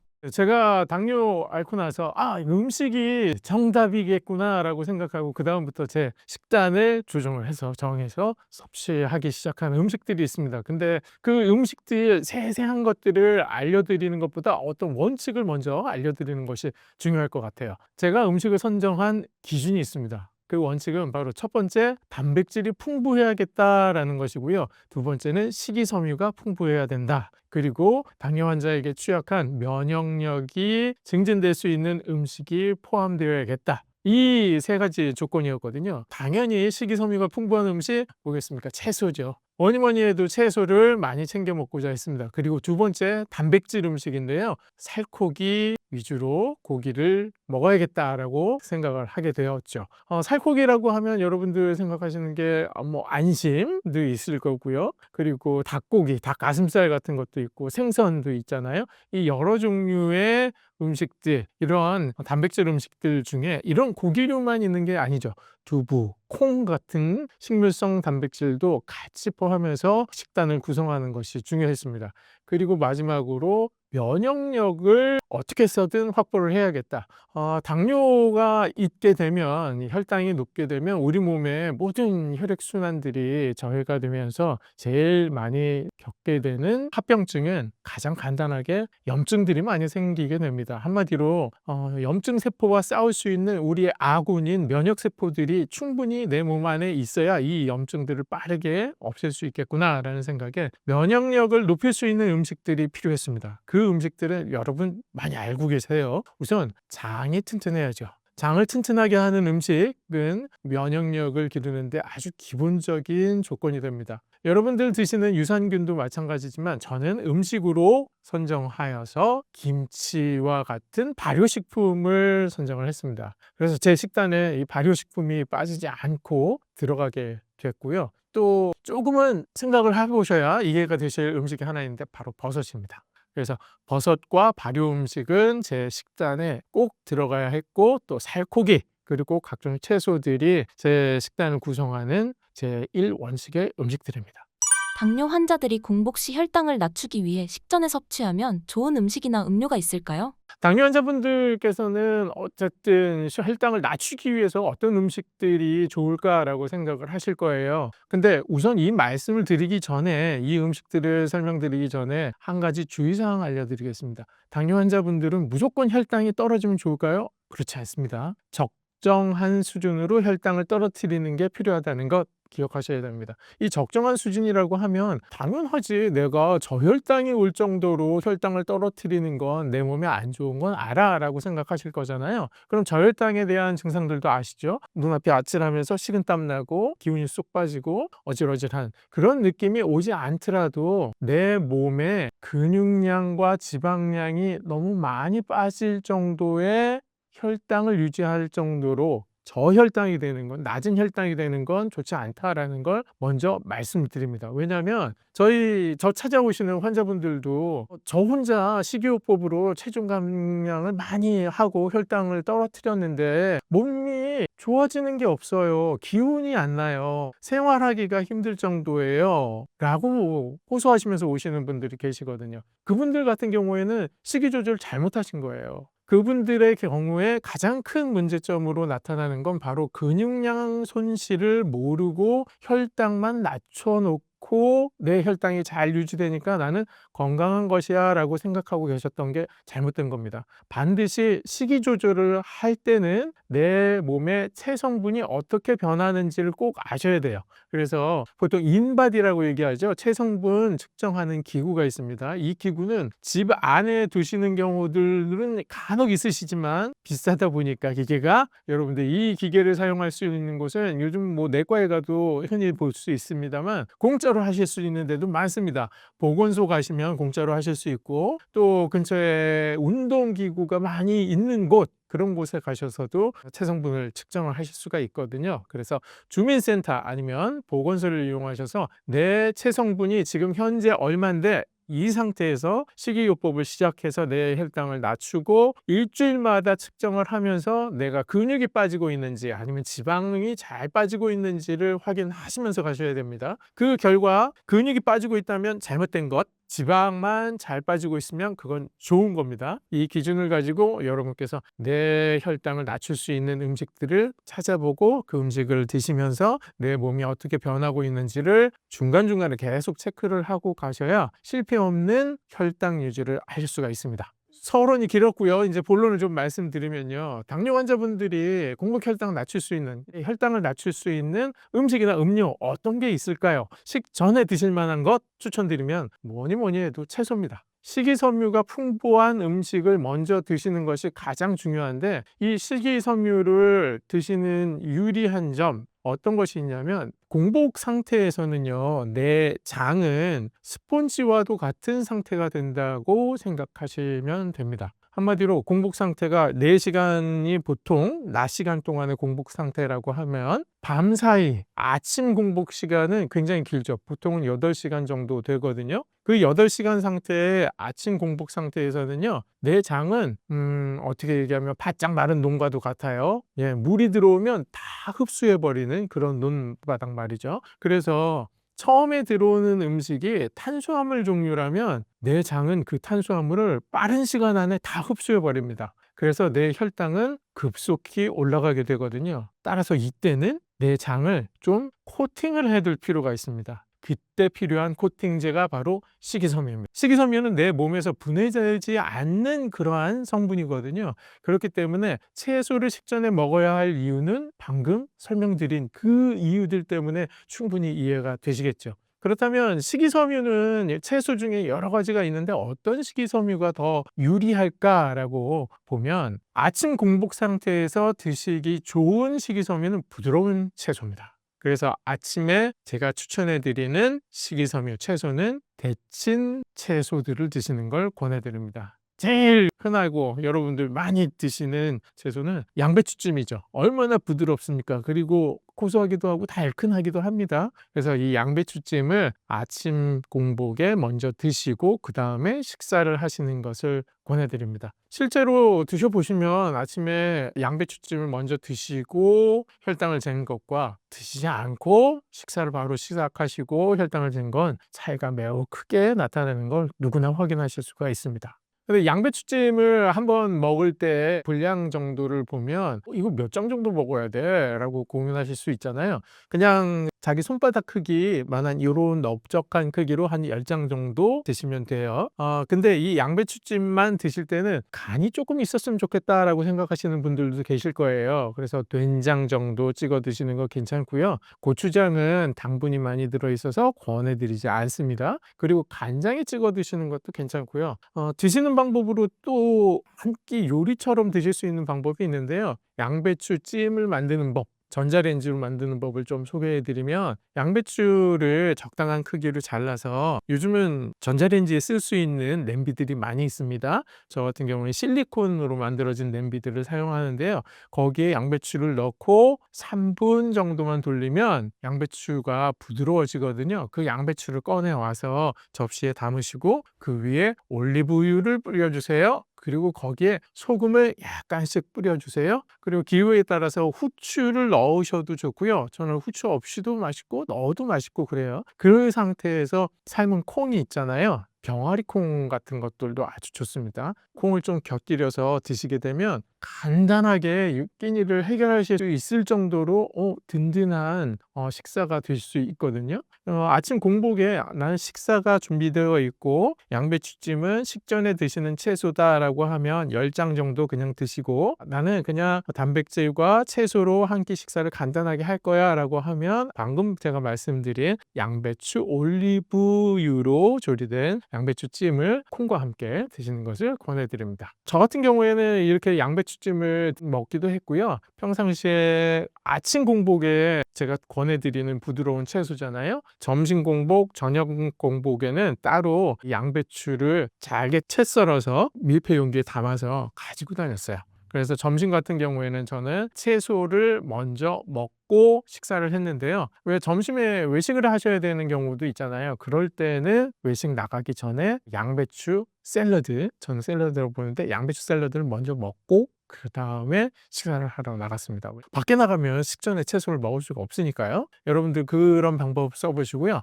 소스를 한 가지 더 말씀드리는 걸 깜빡했네요. 저는 마요네즈도 찍어서 먹었습니다. 네, 제가 원래 양배추 마요네즈 이렇게 묻혀서 비벼서 먹는 것도 굉장히 좋아하던 음식이거든요. 당뇨 생기기 전에도 좋아했는데 당뇨 이후에도 먹을 수 있었던 좋은 음식이었습니다. 혈당을 착하게 만들어주는 음식이니까 여러분께서도 참고해 주시면 좋겠습니다. 단백질 섭취를 위해서 콩을 많이 먹는데요. 특별히 추천해 주시는 콩이 있을까요? 제가 식단을 구성하는 원칙 중에 하나 단백질 말씀드렸는데, 단백질은 살코기 플러스 식물성 단백질, 그러니까 동물성 단백질 플러스 식물성 단백질을 두 가지를 같이 드시는 걸 항상 추천을 드립니다. 왜냐하면 식물성 단백질에 들어있는 식이섬유들, 콩과 두부에는 식이섬유가 포함되어 있거든요. 그리고 또 식이섬유가 풍부한 단백질인 콩과 두부는 해독작용도 합니다. 그래서 동물성 단백질이 갖고 있는 독소들을 해독할 수 있는 데에도 도움을 주기 때문에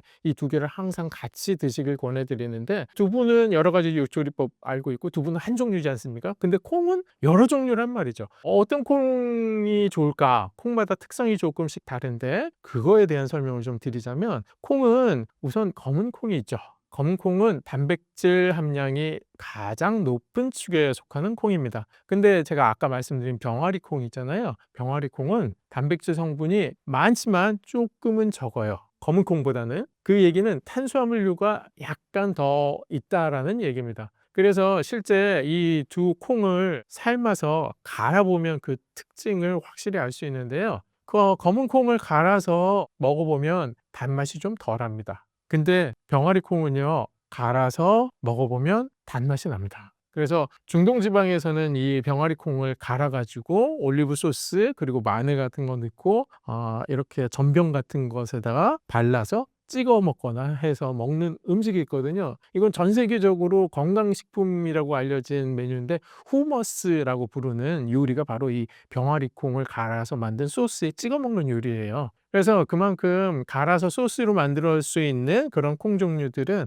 탄수화물 함량이 조금 더 높다라고 볼 수 있지만, 그래도 밀가루나 쌀처럼 전체가 탄수화물 위주인 그러한 곡식과는 전혀 다르게 단백질 함량이 충분히 있으니까, 콩 종류는 단백질 함량이 조금 적다 해도 모든 콩 종류는 당뇨 환자분들에게 도움이 되는 좋은 곡식이다라고 생각해 주시면 좋겠고, 병아리 콩이 좀 생소하시다고 하면 단백질 함량이 조금 낮지만 부드럽게 드실 수 있는 콩 종류의 대표적인 건 녹두가 있습니다. 녹두하고 병아리 콩하고 비슷하다라고 보시면 되겠는데요. 그래서 저는 이제 병아리 콩으로 후머스도 만들어 보고, 병아리 콩을 갈아서 소스도 만들어 보고, 녹두를 갈아서 소스도 만들어 봤어요. 근데 제 입맛에는 녹두로 만든 후머스가 훨씬 더 맛있더라고요. 여러분들도 참고하셔서 녹두 한번 갈아서 소스처럼 만들어서 채소에 찍어 먹거나, 아니면 여러분 가끔 드시고 싶은 뭐 빵이 있을 때 호밀빵 정도 구입하셔서 거기에 이렇게 발라서 드시는 용도로 녹두 소스를 만들어서 드시는 것도 도움이 되실 겁니다. 당뇨 환자분들이 끼니를 거르거나 배고플 때 허기를 잘 견디는 음식이 있다면 소개 부탁드립니다.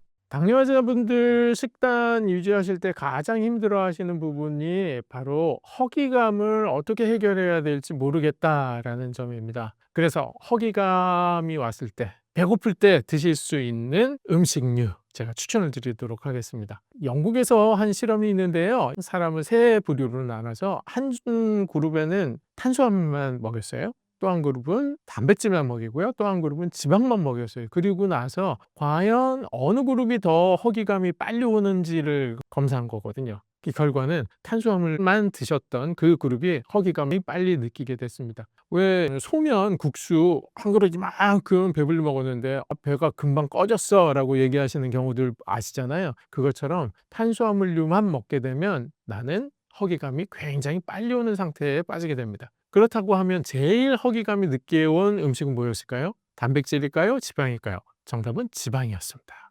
그래서 여기서 착안해 보시면 되는데요. 음식을 드실 때 지방 없이 드시게 되면 허기감을 빨리 만들게 된다라고 생각하셔야 됩니다. 반대로 지방이 포함된 음식을 드셔야 허기감이 늦게 찾아온다. 내 포만감이 길게 유지된다라는 것이거든요. 그래서 배고플 때 드실 음식 또는 간식류에도 지방이 어느 정도는 포함이 되어 있어야 된다라는 게 포인트입니다.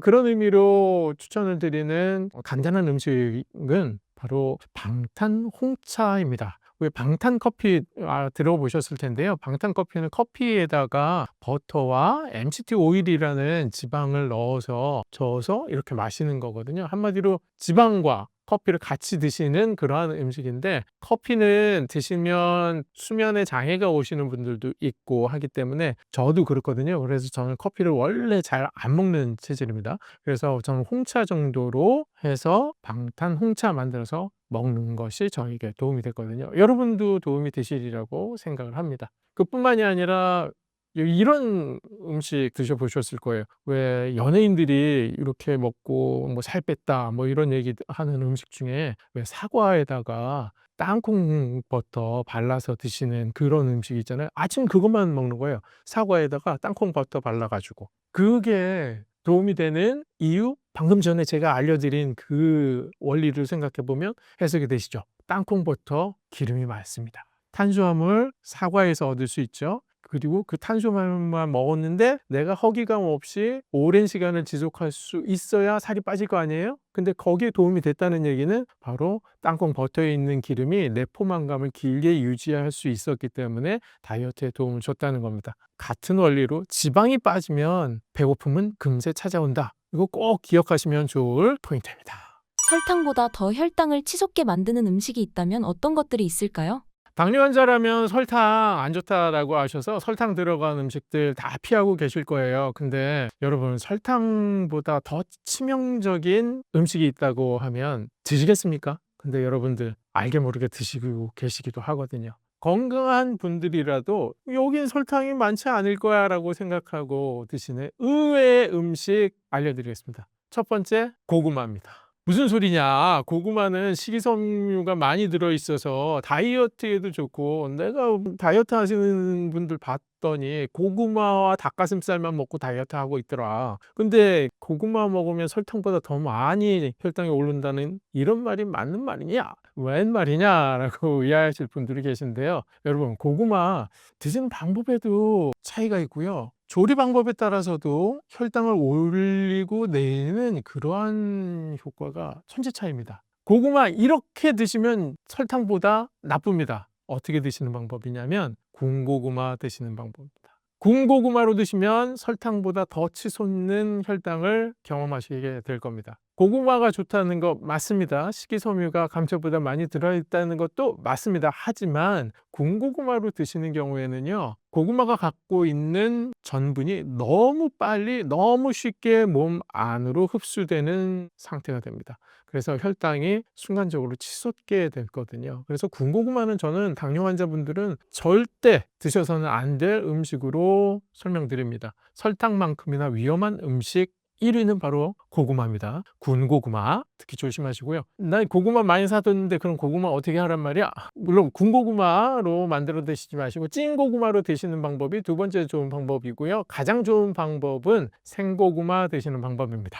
고구마는 생으로 이렇게 깎아서 드시기도 하잖아요. 그래서 고구마는 생으로 드시는 게 훨씬 혈당 측면에서는 안정적인 좋은 섭취 방법이다라고 말씀드리겠습니다. 감자 궁금하십니까? 감자에 대해서 설명드리면 감자는 정말 혈당 많이 올라갑니다. 특히나 감자에 소금이 같이 첨가되어 있다고 하면 혈당이 기하급수적으로 올라갑니다. 조리된 감자라고 하면 더 올라갑니다.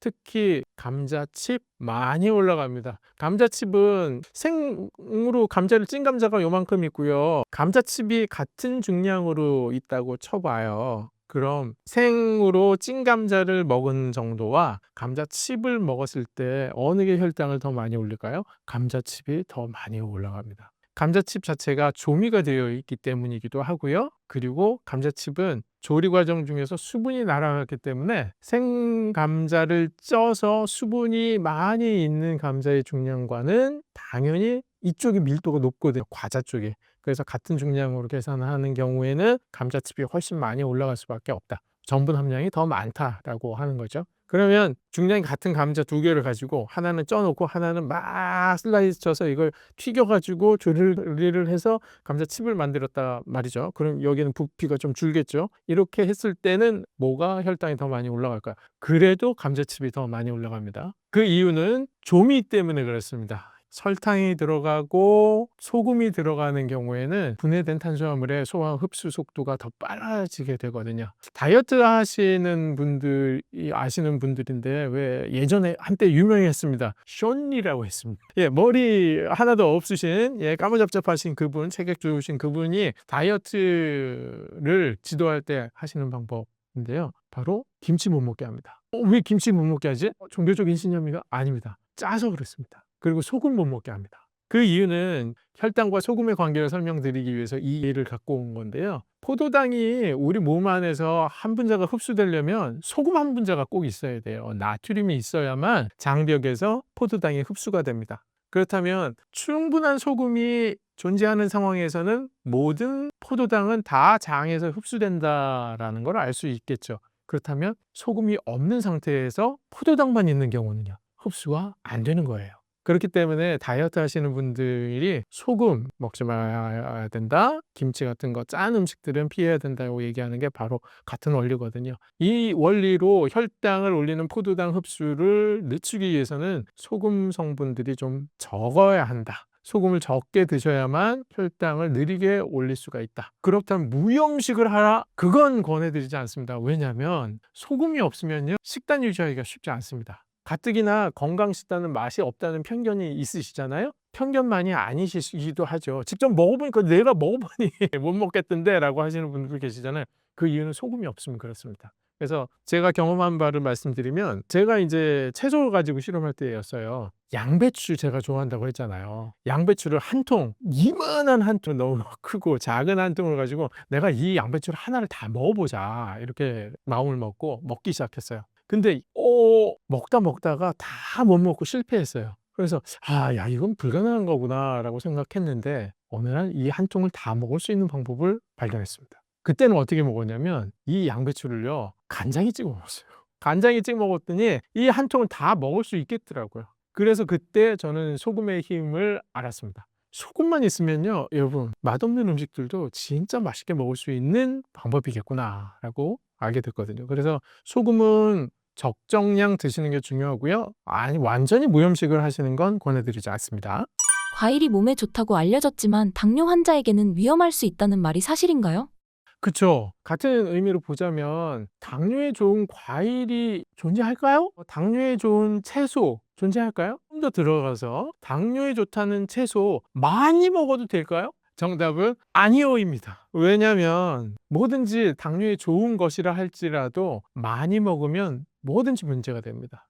실제로 뭐 별걸 다 저는 제 몸으로 실험을 했으니까 혈당 많이 올라가는 채소가 있어요. 많이 먹었을 때 대표적인 채소 당근입니다. 당근요, 당연히 쪄서 먹은 당근은요 훨씬 더 많이 올라가고요, 생으로 당근을 많이 먹어도 혈당이 많이 올라갑니다. 많이 올라간다는 그 기준이 많이 먹었을 때 그 기준은 아니고요, 채소들과 비교를 했을 때 채소들이 보통 혈당을 많이 올리지 않는다고 알려져 있지만 이것보다 한 2배 정도는 올라가거든요. 그러니까 하물며 채소도 과식하면 혈당이 올라가는데 과일을 과식하면 괜찮은 게 있을까요? 아닙니다. 그건 절대 없고요. 우선 과일은 기본적으로 저는 당뇨 환자분들에게 권해드리지 않습니다. 그러면 또 반론을 제기하실 거예요. 왜냐하면 유튜브 상에서 보면 당뇨 환자분들 무슨 말이세요? 과일 꼭 드셔야 됩니다, 이렇게 얘기하시는 분들 계시거든요. 그분들 권해 주시는 과일의 종류 그리고 과일의 양을 눈여겨서 보셔야 된다는 게 그분 유튜브를 보는 기준이 될 겁니다. 그런 기준 외에 그냥 과일이 좋다라고 알고 계시다면 막연히 알고 계신 그 지식은 버리셔야 됩니다. 당뇨 환자분들에게 과일은 도움보다는 해가 더 많은 과일이다라고 저는 말씀을 드리거든요. 과일 중에도 GI 지수라는 거가 있죠. 그래서 혈당을 올리는 속도별로 이렇게 순위를 쭉 매겨 놓은 게 있습니다. 저는 기본적으로 이 과일들을 외워 놓거든요. 어떻게 외우냐면 제가 앞글자만 따서 외우는데요. 혹시 여유가 되시는 분들은 제가 외우는 이 과일들을 그냥 외워두고 계시는 게 실생활 하시는데 도움이 되실 거예요. 그 과일은요, 파, 수바, 포복, 사키, 귤배, 오, 토, 딸. 좀 많죠. 그냥 한번 보시고 이렇게 외우는 전문가도 있구나라고 알아두시면 좋을 것 같습니다. 이 앞에 있는 것들이 GI 지수가 높은 거예요. 그리고 이 뒤에 있는 게 GI 지수가 낮아서 당뇨 환자분들에게는 여기 있는 과일들을 권해드리거든요. 이 뒤에 있는 맨 뒤에 있는 게 딸기입니다. 그래서 저는 토마토와 딸기 정도는 권해드리는데 이 메뉴에 있는 파수바는 절대 드시지 마시라고 말씀드리는 과일입니다. 이 파인애플, 수박, 바나나 중에 가장 흔히 여러분 곁에 존재하는 과일이 바나나죠. 바나나는 보통 아이들 키우는 집에는 항상 이 식탁 위에다 올려놓고 배고플 때 하나씩 까서 먹게 하기도 하는데, 아이들 같은 경우에는 좀 얘기가 다릅니다. 아이들 먹는 바나나까지 뺏지는 마시고요. 당뇨가 걱정되시거나 당뇨가 있는 분들이라면 바나나 멀리 하시는 것이 좋습니다. 혈당을 많이 올립니다. 그래서 파인애플, 수박, 바나나는 절대 드시지 말 과일, 그리고 토마토, 딸기 정도는 적정량 드셔도 괜찮은 과일, 이렇게 기억하시고요. 중요한 건 이 가운데 있는 과일들이에요. 이 가운데 있는 과일들은 이게 사람마다 특이하게 다르게 혈당을 올리기도 합니다. 제가 여러 번 경험을 했어요. 저희 환자분들을 통해서도 경험을 하고. 그래서 과일 테스트라는 걸 저는 환자분들에게 항상 권해드립니다. 내가 과일을 직접 먹어보고 그 과일이 얼마나 내 혈당을 올리는지를 확인하는 작업이거든요. 그걸 바탕으로 내 몸에 맞는 과일, 그리고 내 몸에 맞지 않는 과일을 분류하시는 작업이 꼭 필요하다라고 말씀을 드립니다. 여러분도 꼭 이런 작업을 하셔서 모든 과일, 아니면 누가 좋다고 하니까 이 과일 먹고 혈당이 많이 떨어졌다는데, 저는 기본적으로 그런 과일은 의심하지만 여러분들께서 한번 해보시고 싶다면 그 과일을 드시고 테스트를 먼저 하신 다음에 그 요법을 하시는 걸 권해드려요. 그렇다면 내가 혈당을 얼마나 올리면 이 과일이 나에게 나쁜 과일이냐, 그 기준이 필요하겠죠. 과일을 여러분들이 잘 아시는 내 식후 혈당이 얼마가 나온다라고 딱 알고 있는 그 식사가 먼저 필요해요. 보통은 아침 식사는 항상 비슷하게 드시니까 아침 식후에 내 혈당이 얼마 나오는지 알고 있는 그 상황에서 아침 식사와 함께 그 과일을 드십니다. 드시는 과일의 양은 80g이에요. 80g은 눈대중으로 하려면 보통 크기의 사과 4분의 1쪽에서 도려내고 난 그 정도가 80g 정도는 되거든요. 그 정도를 식사 때 같이 드시는 거예요, 과일을. 딸기라면 그 정도에 해당하는 양만큼을 취하면 되겠죠. 드시고 나서 식후 혈당이, 내가 평상시 식후 혈당이 한 130 정도 나오는데 사과를 같이 먹었더니 한 160 나왔네? 그러면 한 30 올라갔잖아요. 그 정도는 괜찮은 양호한 과일입니다. 그런데 먹었더니 식후 혈당이 180이 넘어가더라. 어떤 건 200이 넘어가네. 그러면 그 과일은 저랑 맞지 않는 과일이죠. 과일 80g 같이 먹었는데 혈당이 50 이상 차이가 난다. 그러면 그 과일은 내 몸에 맞지 않는, 피해야 될 과일이다라고 생각하시면 좋습니다. 그 이하로 나오는 과일은, 이 과일은 괜찮네 라고 생각하실 수 있는데, 또 주의하실 게 있습니다. 양입니다. 80g을 드셔서 그 정도 올라갔잖아요. 30 정도. 그러면 그거 두 조각 드시면 어떻게 되겠어요? 그거보다 더 올라가겠죠. 그래서 당뇨 환자분들에게 제가 권해드리는 과일의 양은 80g은 넘지 않습니다. 1회에 꼭 참고하셔서, 좋다는 과일 혹시 추천을 받으셨다 하더라도 순둥지는 80g만 먹으라던데 이 생각 꼭 하셔서 80g 드시고 테스트하시고 혈당 얼마 나오는지 보고 그 과일을 내 리스트에 넣을지 말지를 결정하셔야 됩니다. 그래야 현명하게 내 몸에 맞는 과일을 선택하실 수가 있습니다. 건강하게 단맛을 즐기고 싶을 때 설탕 대체제로 활용할 수 있는 식재료나 요리 팁이 있다면 무엇인가요? 요리할 때 설탕을 꼭 넣어야 맛있는 요리들이 있어요. 대표적인 거 각종 찌개류입니다. 왜냐하면 우리가 입맛이 맛있다라고 생각하는 찌개류 밖에서 이제 찾아보잖아요. 요즘은 김치찌개가 최고야 라는 곳에 가면 설탕을 안 넣고 끓이는 집은 없습니다. 설탕이 그만큼 우리 입맛에 길들여져 있는 그러한 식재료이기 때문에 그렇죠. 그렇다면 집에서 내가 된장찌개를 끓여야 되는데 밖에서 나는 맛을 안 난다고 하면 우리 신랑이 잘 안 먹을 텐데, 이런 걱정을 하시는 주부님들 계시잖아요. 이때 설탕 대신 넣으실 단맛이 필요하죠. 저는 그 단맛, 양파를 이용해서 넣으시라고 권해드립니다. 저는 양파당이라고 부릅니다. 양파를 조리를 하면요, 단맛이 극대화된 그런 양파를 얻으실 수가 있잖아요. 그 양파를 저는 얼음틀에다가 잘 넣고 얼려뒀다가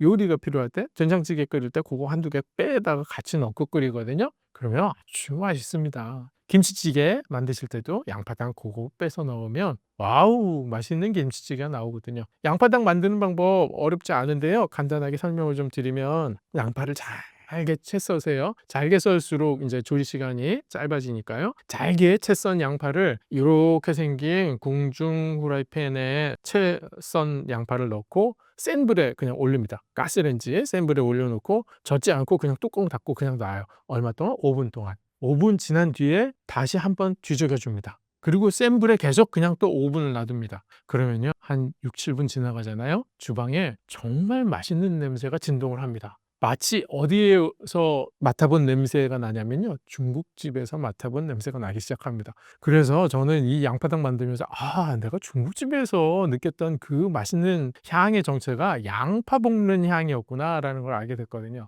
그 정도로 10분 정도 5분 이렇게 해서 젓지도 않고 그냥 두시면 예쁜 갈색의 진한 갈색의 양파채가 만들어지는데 숨도 이제 거의 다 죽었어요. 그 상태에서 몇 번 뒤적여 가면서 만들어 주시면 완성이 되거든요. 그러면 숨이 완전히 죽은 부피도 많이 줄은 양파당이 완성이 됩니다. 그 상태로 그대로 얼음틀에 넣어서 얼려주시면 사용하실 수 있는 양파당이 만들어집니다.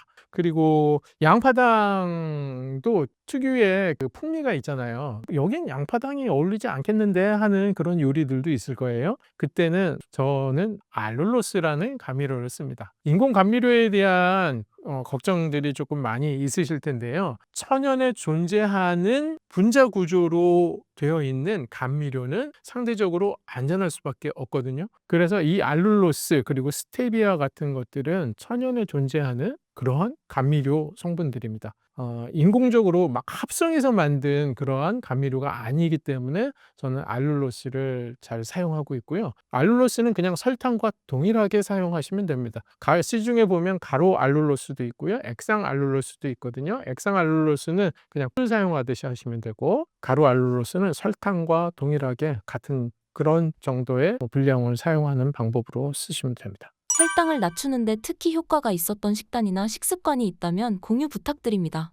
당뇨 환자에게 좋은 음식만 찾아다니시면 안 됩니다. 당뇨 환자에게는 좋은 음식만큼이나 좋은 식습관, 식사 방법이 필요합니다. 어떤 식습관, 어떤 식사 방법으로 밥을 먹어야 되느냐? 제가 그 기준 알려드리겠습니다. 첫 번째, 순서가 필요합니다. 어떤 음식들을 먼저 먹고 어떤 음식을 나중에 먹어야 유리할까? 이건 이전에 영상을 보신 분이라면 힌트를 얻으셨을 텐데요. 맨 처음 먹어야 될 음식은 뭐겠습니까? 맞았습니다. 거기까지는 잘 맞추실 거예요. 바로 채소입니다. 식이섬유가 먼저 내 장을 코팅을 해놔야 그 다음에 들어오는 포도당이 포함된 각종 녹말 전분류, 탄수화물류의 흡수 속도를 늦출 수가 있다. 그렇다면 두 번째로 채소 다음에 어떤 음식을 먹어야 될까요? 그 음식은 바로 단백질입니다. 단백질이라고 하면 여러분 동물성 단백질, 살코기 챙겨서 드시고 계시죠? 소고기 안심이라든지 돼지고기 안심도 좋은 살코기입니다. 그리고 각종 생선, 그리고 각종 해산물, 조개를 드셔도 좋고 홍합을 드셔도 좋고, 그리고 낙지나 오징어를 드시는 것도 좋습니다. 이렇게 단백질, 동물성 단백질을 같이 드시는데 항상 제가 동물성 단백질하고 같이 뭘 드시라고 말씀드립니까? 식물성 단백질이죠. 바로 콩과 두부. 그래서 채소를 드시고 그 다음에 고기 반찬, 두부 반찬 이렇게 드시고, 그 다음 세 번째로 그 다음에 뭘 드시면 되겠습니까? 바로 마지막에 드실 음식이죠. 탄수화물입니다. 밥입니다. 그래서 밥은 우선 채소를 드시고 단백질 드시고 탄수화물, 밥을 드셔야 혈당을 빨리 올리지 않는 좋은 식사 방법이 될 수가 있습니다. 단백질 섭취가 혈당에 미치는 영향은 어떤가요? 꼭 챙겨야 할 이유가 있을까요? 저는 단백질 애찬론자입니다. 저는 한때 왜 한돈협회에서 저에게 연락을 안 해주시나 이렇게 생각을 했죠. 저는 돼지고기 많이 드셔야 된다, 소고기 많이 드셔야 된다 이렇게 말씀을 드리던 사람이고 아직도 그렇게 말씀을 드리는데요. 그 이유가 있습니다. 물론 동물성 단백질만 강조하는 건 아니고요. 단백질이 당뇨 환자의 식단에 빠지지 않고 있어야 되는 이유는요, 바로 단백질이 있어야만 탄수화물의 섭취 속도를 줄일 수 있고, 또 단백질이 있어야만 당뇨 환자에게 제일 필요한 이러한 내 몸의 구성 성분을 늘릴 수 있기 때문입니다. 탄수화물의 섭취 속도를 늦춰줄 수 있다는 건 여러 번 설명을 드렸고요. 내 몸에 단백질로 구성되어 있는 내 구성 성분 부위가 어떤 부분인지는 다 아시잖아요. 근육이잖아요. 근육을 만들기 위해서는 단백질을 꼭 드셔야 되거든요. 단백질 드시지 않고 운동만 열심히 해서 내 근육을 키우겠다라고 생각하시는 분들은 아마 없으실 거예요. 근데 이렇게 얘기하시는 분들도 계시죠. 육식 필요 없다. 물론 그분들은 콩이나 두부를 통해서 단백질 섭취하라고 말씀하시는 분들이겠죠. 그래서 두부, 콩 많이 드시고 운동하시면 근육 만들어낼 수 있습니다 라고 얘기하실 텐데요. 이론적으로 가능합니다. 뭐 왜 아니겠어요? 가능하죠. 근데 현실적으로 불가능합니다. 잘 들어보세요. 왜 불가능한지 설명드릴게요. 사람은 나이가 들면 부족해지는 게 있습니다. 당연히 근육이 부족해지죠. 근데 근육이 아니라 효소가 부족해집니다. 각종 효소는 단백질을 기반으로 만들어지거든요. 우리 몸에 단백질량이 부족해져서 근육이 빠져나가는 그 시기가 되면 우리 몸에 이 각종 효소가 부족해지게 돼서 우리 몸의 화학 공장들은 작동 속도가 느려집니다. 전에는 효소가 충분할 때는 그냥 식물성 단백질만 들어와도 그거 사람은 동물이지 않습니까? 동물성 단백질로 다시 합성을 해서 근육을 만들어야 된단 말이에요. 그 효소가 존재를 해요. 근데 그 효소가 부족해진다니까요. 나이가 들면. 그러면 식물성 단백질만 먹어서 내 동물 근육을 만들 수 있는 속도가 느려지게 된다는 거죠. 그래서 나이가 들면 동물성 단백질을 드시는 것이 나의 근육을 만드는데 좀 더 유리한 상황이 오게 돼요. 어떤 신념에 의해서나 아니면 나의 특성에 의해서 내 입맛 때문에 채식을 권하시는 분들이 계실 수는 있겠는데 나이가 드신 분들은 동물성 살코기를 완전히 금하시는 건 아쉬운 점이 많다. 이렇게 저는 말씀드리고 싶습니다. 그래서 제 주변에는 이제 채식주의자는 거의 없어서 저희 부모님이나 뭐 저희 환자분들 같은 경우에는 무조건 동물성 단백질 꼭 필요하고요. 거기에 식물성 단백질 꼭 곁들여서 드세요라고 계속 말씀드립니다. 동물성 단백질이 당뇨 환자에게 필요한 이유 정리하자면 내 근육을 만들고 또 나의 탄수화물 섭취 속도를 늦추기 위한 방법입니다. 약을 믿지 말고 식습관을 바꿔야 한다는 말씀을 하셨는데 그 배경이 궁금합니다. 약을 믿지 말고 식습관을 개선해야 된다. 이건 제 철책과도 같은 이야기인데요. 약을 믿으면 왜 안 될까요? 혈당도 낮춰주고 약만 먹으면 맛있는 음식 다 가리지 않고 먹을 수 있고 그리고 운동 안 해도 혈당 떨어지던데 라고 생각하실 텐데요. 그렇게 이야기하는 여러분 주변에 계신 분들 있죠.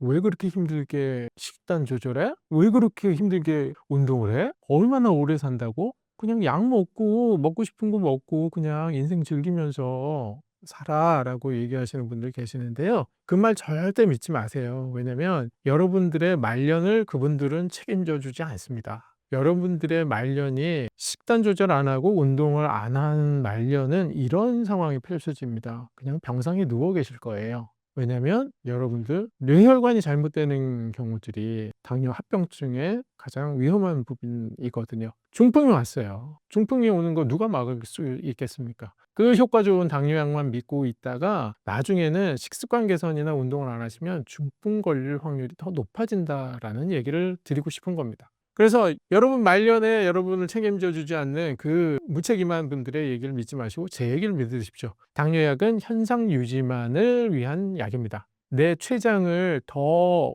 기운차게 만들어주거나 아니면 인슐린 저항성이라는 걸 근본적으로 개선해주거나 이런 약들이 아니거든요. 그냥 내 혈관 안에 있는 많이 남아도는 포도당이 그냥 혈관 밖으로 빠져나갈 수 있게 도와주는 약이에요. 그렇다고 하면 내 혈관 밖으로 인위적으로 그러한 약재 때문에 빠져나간 포도당은 어떤 영향을 줄까요? 당뇨라는 건요. 세포들이 힘들어서 일을 못하게 생긴 상황을 말하는 겁니다. 근데 약이 들어와서 혈관 안에 포도당이 남아도니까 그 약을 다 혈관 밖으로 밀어냈어요. 그 밀어낸 포도당이 다 어디로 가요? 세포한테 가겠죠, 당연히. 세포의 문을 열고 인슐린이 명령을 해서 세포의 문을 열고 그 포도당을 강제로 세포 안에 밀어넣고 있는 거예요. 근데 세포는요?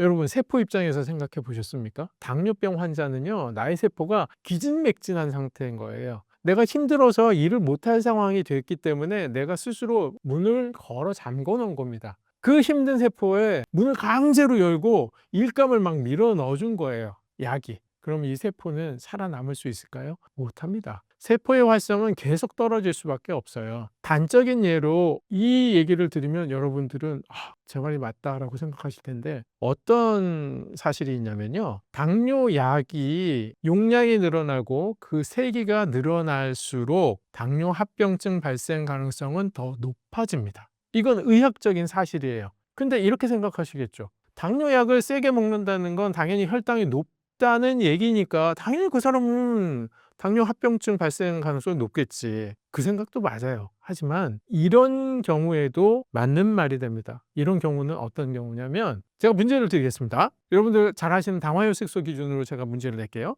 당화혈색소가 6.3이 나와요.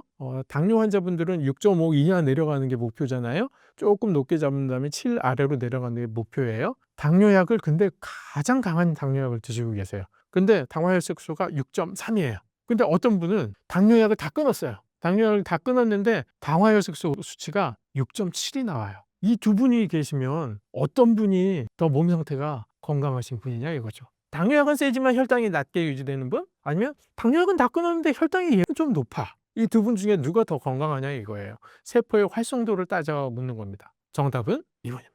혈당이 낮더라도 이분은 그 당뇨약의 힘으로 내 혈관 안에 있는 포도당을 다 그냥 세포한테 밀어준 거기 때문에 혈당이 낮을 뿐이지 그 일감을 다 받아내고 있는 세포의 입장에서 보면 이분이 세포가 건강한 거고 이분은 세포가 힘들어 지친 상태가 계속된다는 거죠.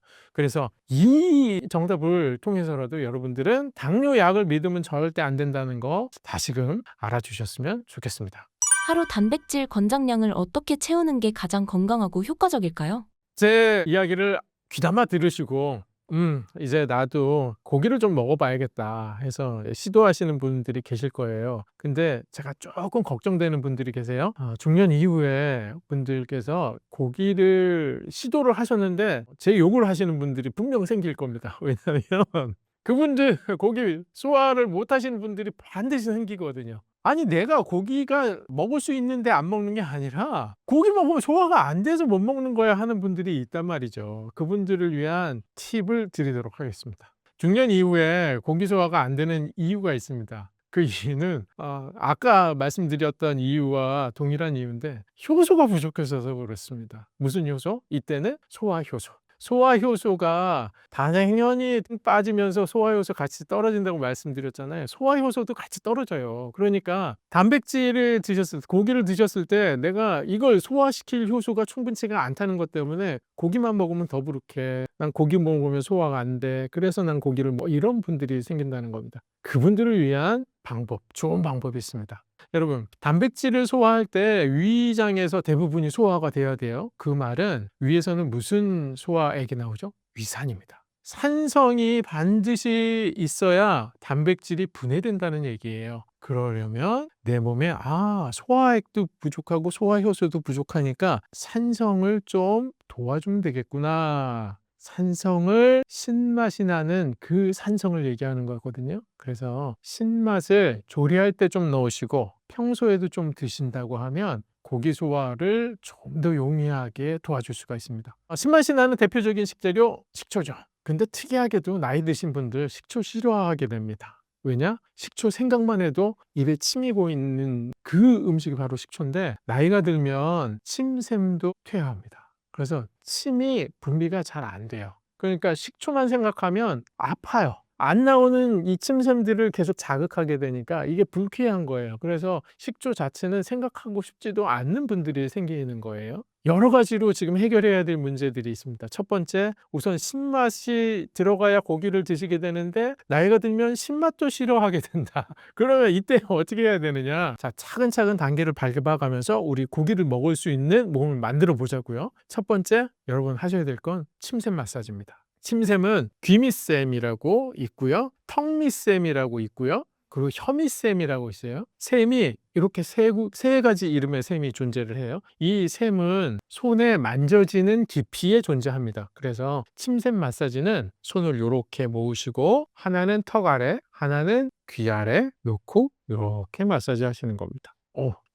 저도 나이가 꽤 들었는데 지금 이 상태에서도 침이 나오고 있는 게 느껴지거든요. 여러분 이 동영상 보시면서 빨리 해보세요. 침이 내 입으로 분비가 되고 있는 게 느껴지나? 느껴지면 다행이에요. 근데 이렇게 해도 느껴지지 않으면 이건 심각한 문제가 있는 겁니다. 그때는 치료가 필요할 단계라고 생각하시고요. 근데 이 치료가 필요할 단계는 굉장히 드문 상황이니까 대부분 이렇게 누르시면 침이 분비되는 걸 느끼실 거예요. 이걸 하루에 3번 이상 하셔야 됩니다. 특히나 공복 때 해주시는 거 좋고요. 또 식사 전에 한 번씩 해주시면 더 좋습니다. 침샘 마사지가 첫 번째 방법, 두 번째는 혀로 운동하는 방법입니다. 혀 밑에 침샘이 존재한다고 말씀드렸잖아요. 그래서 혀를 움직이면 움직일수록 샘이 솟게 됩니다. 그래서 타액의 분비를 촉진시키는 방법이 혀를 움직이는 거예요. 혀를 사용해서, 혀 끝을 사용해서 잇몸 전체를 마사지하는 방법이 있어요. 보기 흉하니까 제가 맞고 할게요. 마사지 하는 거 아시죠? 예. 이 방법을 계속하면서 내 잇몸을 마사지하면 혀 아래에서 침이 막 솟아나는 걸 느끼실 수가 있어요. 그래서 평상시에는 다른 사람들 눈에 띄지 않게 내 침샘 마사지 하시려면 혀로 하시는 것. 두 번째는 그냥 공복 때 식사 전에는 침샘 마사지 하시는 것. 이렇게 하시는 게 치약에도 동의보감에 나오는 내용이에요. 동의보감에 장수를 하는 방법 중에 하나가 바로 침을 분비를 촉진시켜서 계속 삼키라고 하는 내용이 나오거든요. 그래서 이렇게 하시면 여러분들 내 소화액을 만들어내는 촉진시키는 좋은 방법이 될 수 있다 해서 침샘 마사지를 하시고 신맛을 이제 즐기실 수 있는 몸 상태가 되어 가는 거예요. 자, 그러면 이제 식초를 어느 정도 드실 수 있는 몸이 됐다라고 생각하시면 그때부터는 이제 신맛을 즐기셔야 되는데, 신맛 즐기시는 방법, 식초는 너무 세잖아요. 식초보다 한 단계 낮은 걸로 시작을 합시다. 레몬으로 시작을 하시는 방법입니다. 레몬은 즙을 물에 타서 드시는 방법입니다. 전 레몬수라고 부르거든요. 저한테 오시는 환자분들은 다 레몬수를 드시게 되어 있어요. 제가 처방을 하니까요. 그렇게 레몬수 만드는 방법은요, 2리터 기준으로 말씀드릴게요. 보통은 1.5리터 생수병이 있는데 좀 큰 거 2리터짜리 있거든요. 거기에 레몬 하나를 다 짜 넣는다 생각하시면 돼요. 그렇다면 500ml짜리 생수에는 레몬 4분의 1 정도 넣으시면 돼요. 그렇게 해서 짜서 넣으셔서 그 한 통을 가지고 수시로 드시는 게 방법입니다. 그렇게 하면 내 위장의 산도를 적절히 유지하실 수 있고, 또 레몬의 약간의 상큼한 맛이 내 입맛을 자극을 해서 또 그걸로도 내 침샘을 또 자극할 수 있고, 이렇게 해서 내가 고기를 먹을 수 있는 상태를 만들 수가 있습니다. 그리고 세 번째, 이게 다 되셨어요. 어느 정도? 그럼 이제 고기를 먹어보자고요. 평소에도 지금 고기를 드셨겠지만 적은 양을 드셨을 거잖아요.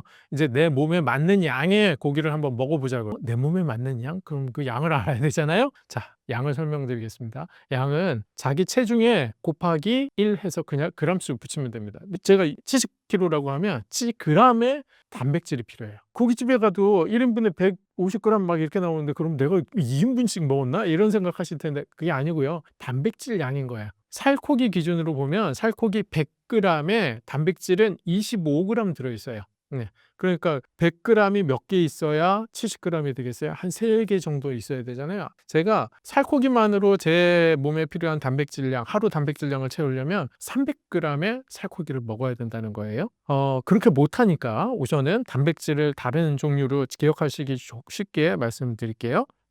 달걀이 단백질 함량이 5에서 6 정도 돼요. 그냥 계산하기 쉽게 5라고 기억을 하세요. 그리고 우유 한 팩, 작은 우유 한 팩, 200ml짜리도 마찬가지 5예요. 그리고 두유 한 팩도 5예요. 그러니까 만약 60kg 기준으로 생각을 해보면 몇 개가 필요하죠? 하루에 60g의 단백질이 필요하니까 5로 나누면 12개가 나오죠. 그러니까 달걀 하나가 5니까 60kg인 사람은 하루에 몇 개를 먹어야 돼요? 12개. 3끼로 나누면 하루에 한 끼에 4개씩, 달걀 4개 분량에 해당하는 단백질을 드셔야 된다. 근데 달걀 4개 한 끼에 못 먹잖아요. 자, 방법, 달걀 후라이 하나 드실 수 있죠. 네, 점심에는 달걀찜 드시고 저녁에는 달걀말이 드시면 돼요. 이런 식으로. 그리고 내 손바닥 반만큼 한 고기나 생선 드실 수 있죠. 그걸로 또 단백질이 하나 채워지는 거예요. 고기나 생선. 그리고 제가 동물성 말고 또 뭐 드시라고 했죠? 식물성 단백질. 두부나 콩 드실 수 있죠. 두부 기준으로 하면 두부 100g. 100g은 보통 곽두부 작은 거 나오는 게 300짜리예요. 그거에 3분의 1.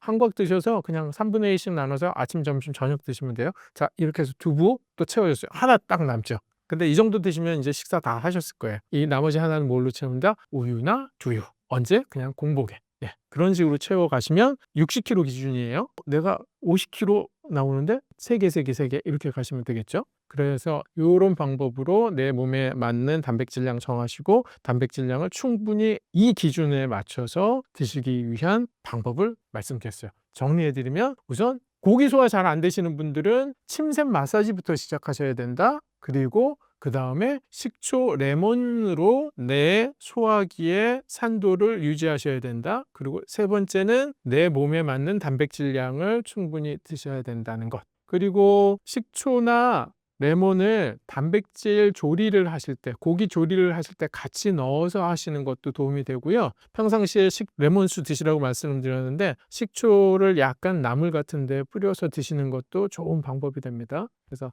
중년 이후에 먹고 싶어도 소화가 안 돼서 고기를 섭취를 잘 못하시는 분들은 제가 말씀드린 이 방법대로 드시면 여러분 몸에 딱 맞는 단백질량 충분히 섭취하실 수 있는 그날이 올 겁니다. 열심히 노력하십시오. 밥을 지을 때 혈당 조절에 도움이 되는 식재료를 추가하면 어떤 변화가 생기나요? 가장 고민이 되시는 게 밥일 거예요. 당뇨 환자분들 지금까지 제가 항상 드리던 말씀 기억해 보시면 첫 번째 채소 드시겠죠? 뭐 식사 순서 말씀드리는 거예요. 두 번째 단백질, 고기도 드시고 생선도 드시고 그리고 두부 같이 드시겠죠? 물론 이거 드실 때 뭐 식초 같은 것들 약간 곁들여서 드셔야 소화를 도울 수 있다는 거 알고 계실 거고 마지막에 이제 밥을 드시게 되는데 마지막 빌런이 나왔어요. 이 빌런을 깨야 여러분 성공하시는 겁니다.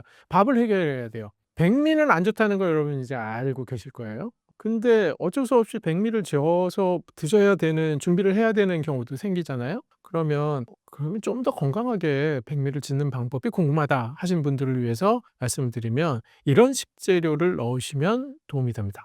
제가 추천드리는 식재료는 첫 번째는 각종 채소류거든요. 식이섬유를 밥 지을 때 같이 넣어서 드시는 방법이에요. 그 방법 중에 제가 제일로 권해드리는 채소는 무예요. 무는 특히나 단백질, 지방, 탄수화물을 분해하는 효소를 다 고루 갖추고 있는 식재료가 바로 무거든요. 천연 소화제라고 일컬어지기도 하고요. 이 무가 잘게 썰어서 밥 지을 때 같이 위에 올려서 밥을 지으시면요. 나중에 밥 딱 들어보시면 무가 형태가 거의 안 보일 정도로 다 녹아 있기도 하거든요. 채를 얇게 쓰면 그렇게 됩니다. 휘 젓는 감이 진밥 만들었나? 라는 생각이 드실 거예요. 그래서 무 넣고 밥을 지으실 때는 물량을 좀 작게 잡으셔야 됩니다. 무 자체가 물이 많이 나오기 때문에 그래요. 그래서 물량 잘 맞춰서 무를 넣어서 밥을 지으셔서 이렇게 같이 섞으셔서 무가 거의 보이지 않는 정도로 될 거예요.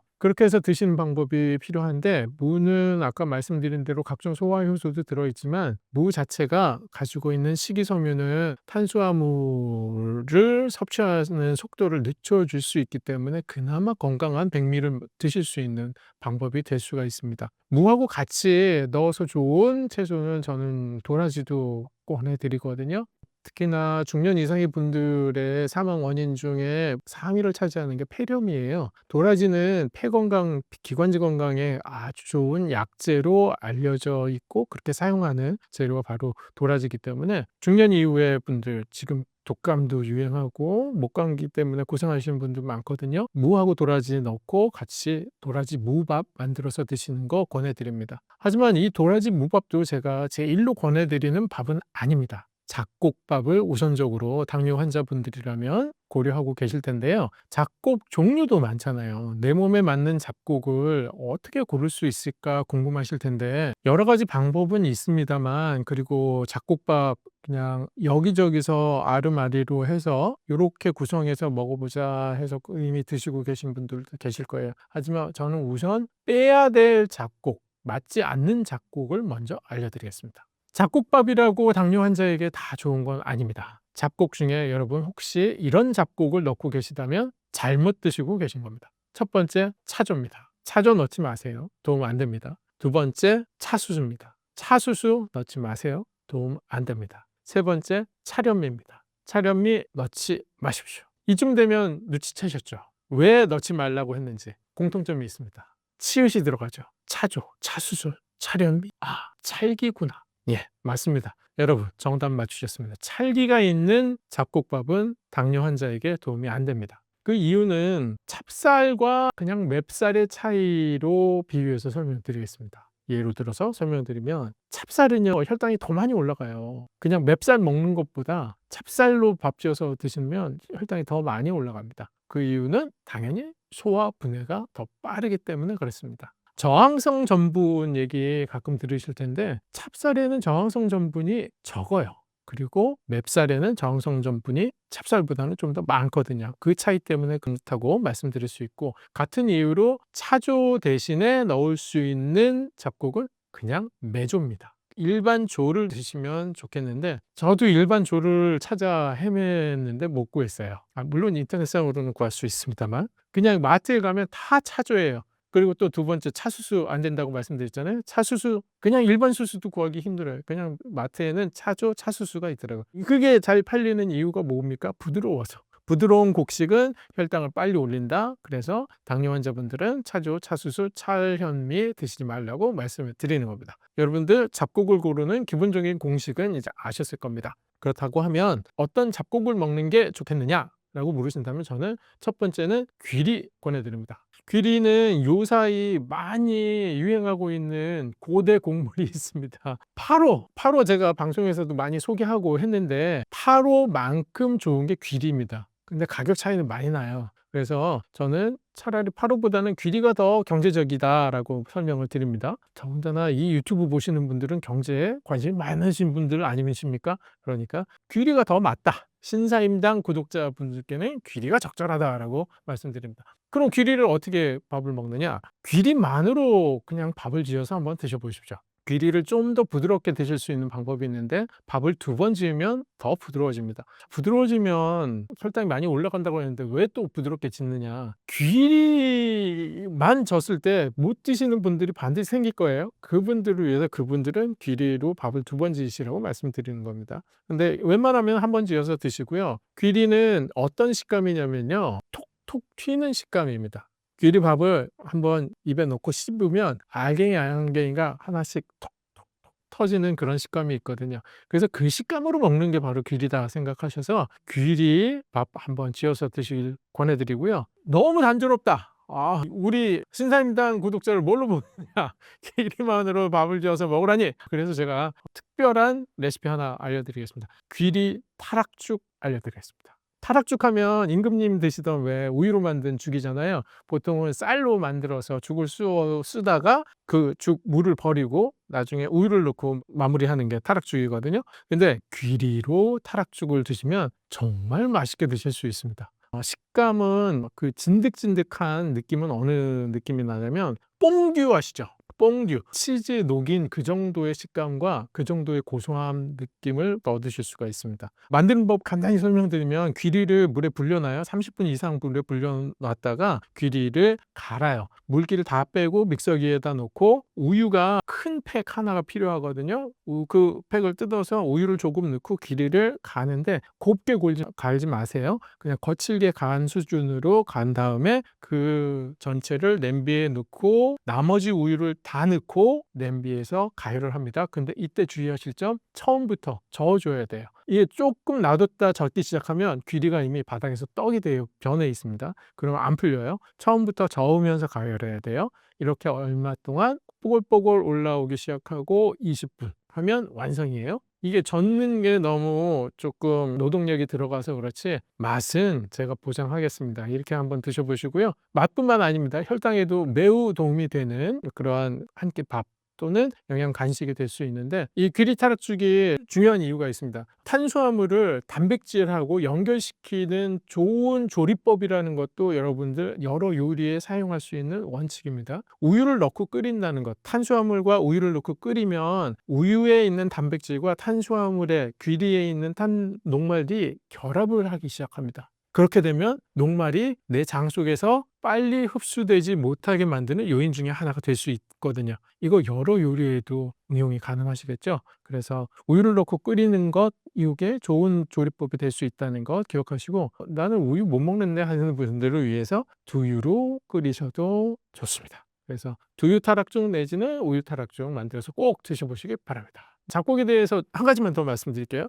제가 말씀드린 귀리밥 드셔도 소화 못 시켜, 이런 분들 계세요. 마찬가지 고기 소화 못 시키시는 분들 계시는 것처럼 잡곡을 소화 못 시키는 분들도 계시거든요. 이런 분들은 당연히 단백질을 드시기 위해서 몸 만들어가는 그 과정, 침샘 마사지, 그리고 신맛과 친해지는 거, 요것도 도움이 되고요. 또 한 가지, 이렇게 해도 소화 안 되시는 분들 계시거든요. 그분들은 어쩔 수 없습니다. 부드러운 잡곡을 이분들은 드셔야 됩니다. 이분들은 차조, 차수수, 차련미를 적절히 이용하셔서 밥을 지어서 드십시오. 그분들이 그 방법으로 드셨을 때, 아, 요건 소화가 되더라라고 하면 그 방법이 맞는 겁니다. 하지만 그냥 매조, 매수수, 매현미를 충분히 소화시킬 수 있는데 차조, 차수수를 드신다? 이건 안 된다는 거 참고해서 알아주시고요. 여러 가지 잡곡들, 내 몸에 맞는 잡곡들 알아가시면서 그 식단을 찾아가시는 길이 조금 시간이 걸리고, 또 그 음식을 소화하기 위한 내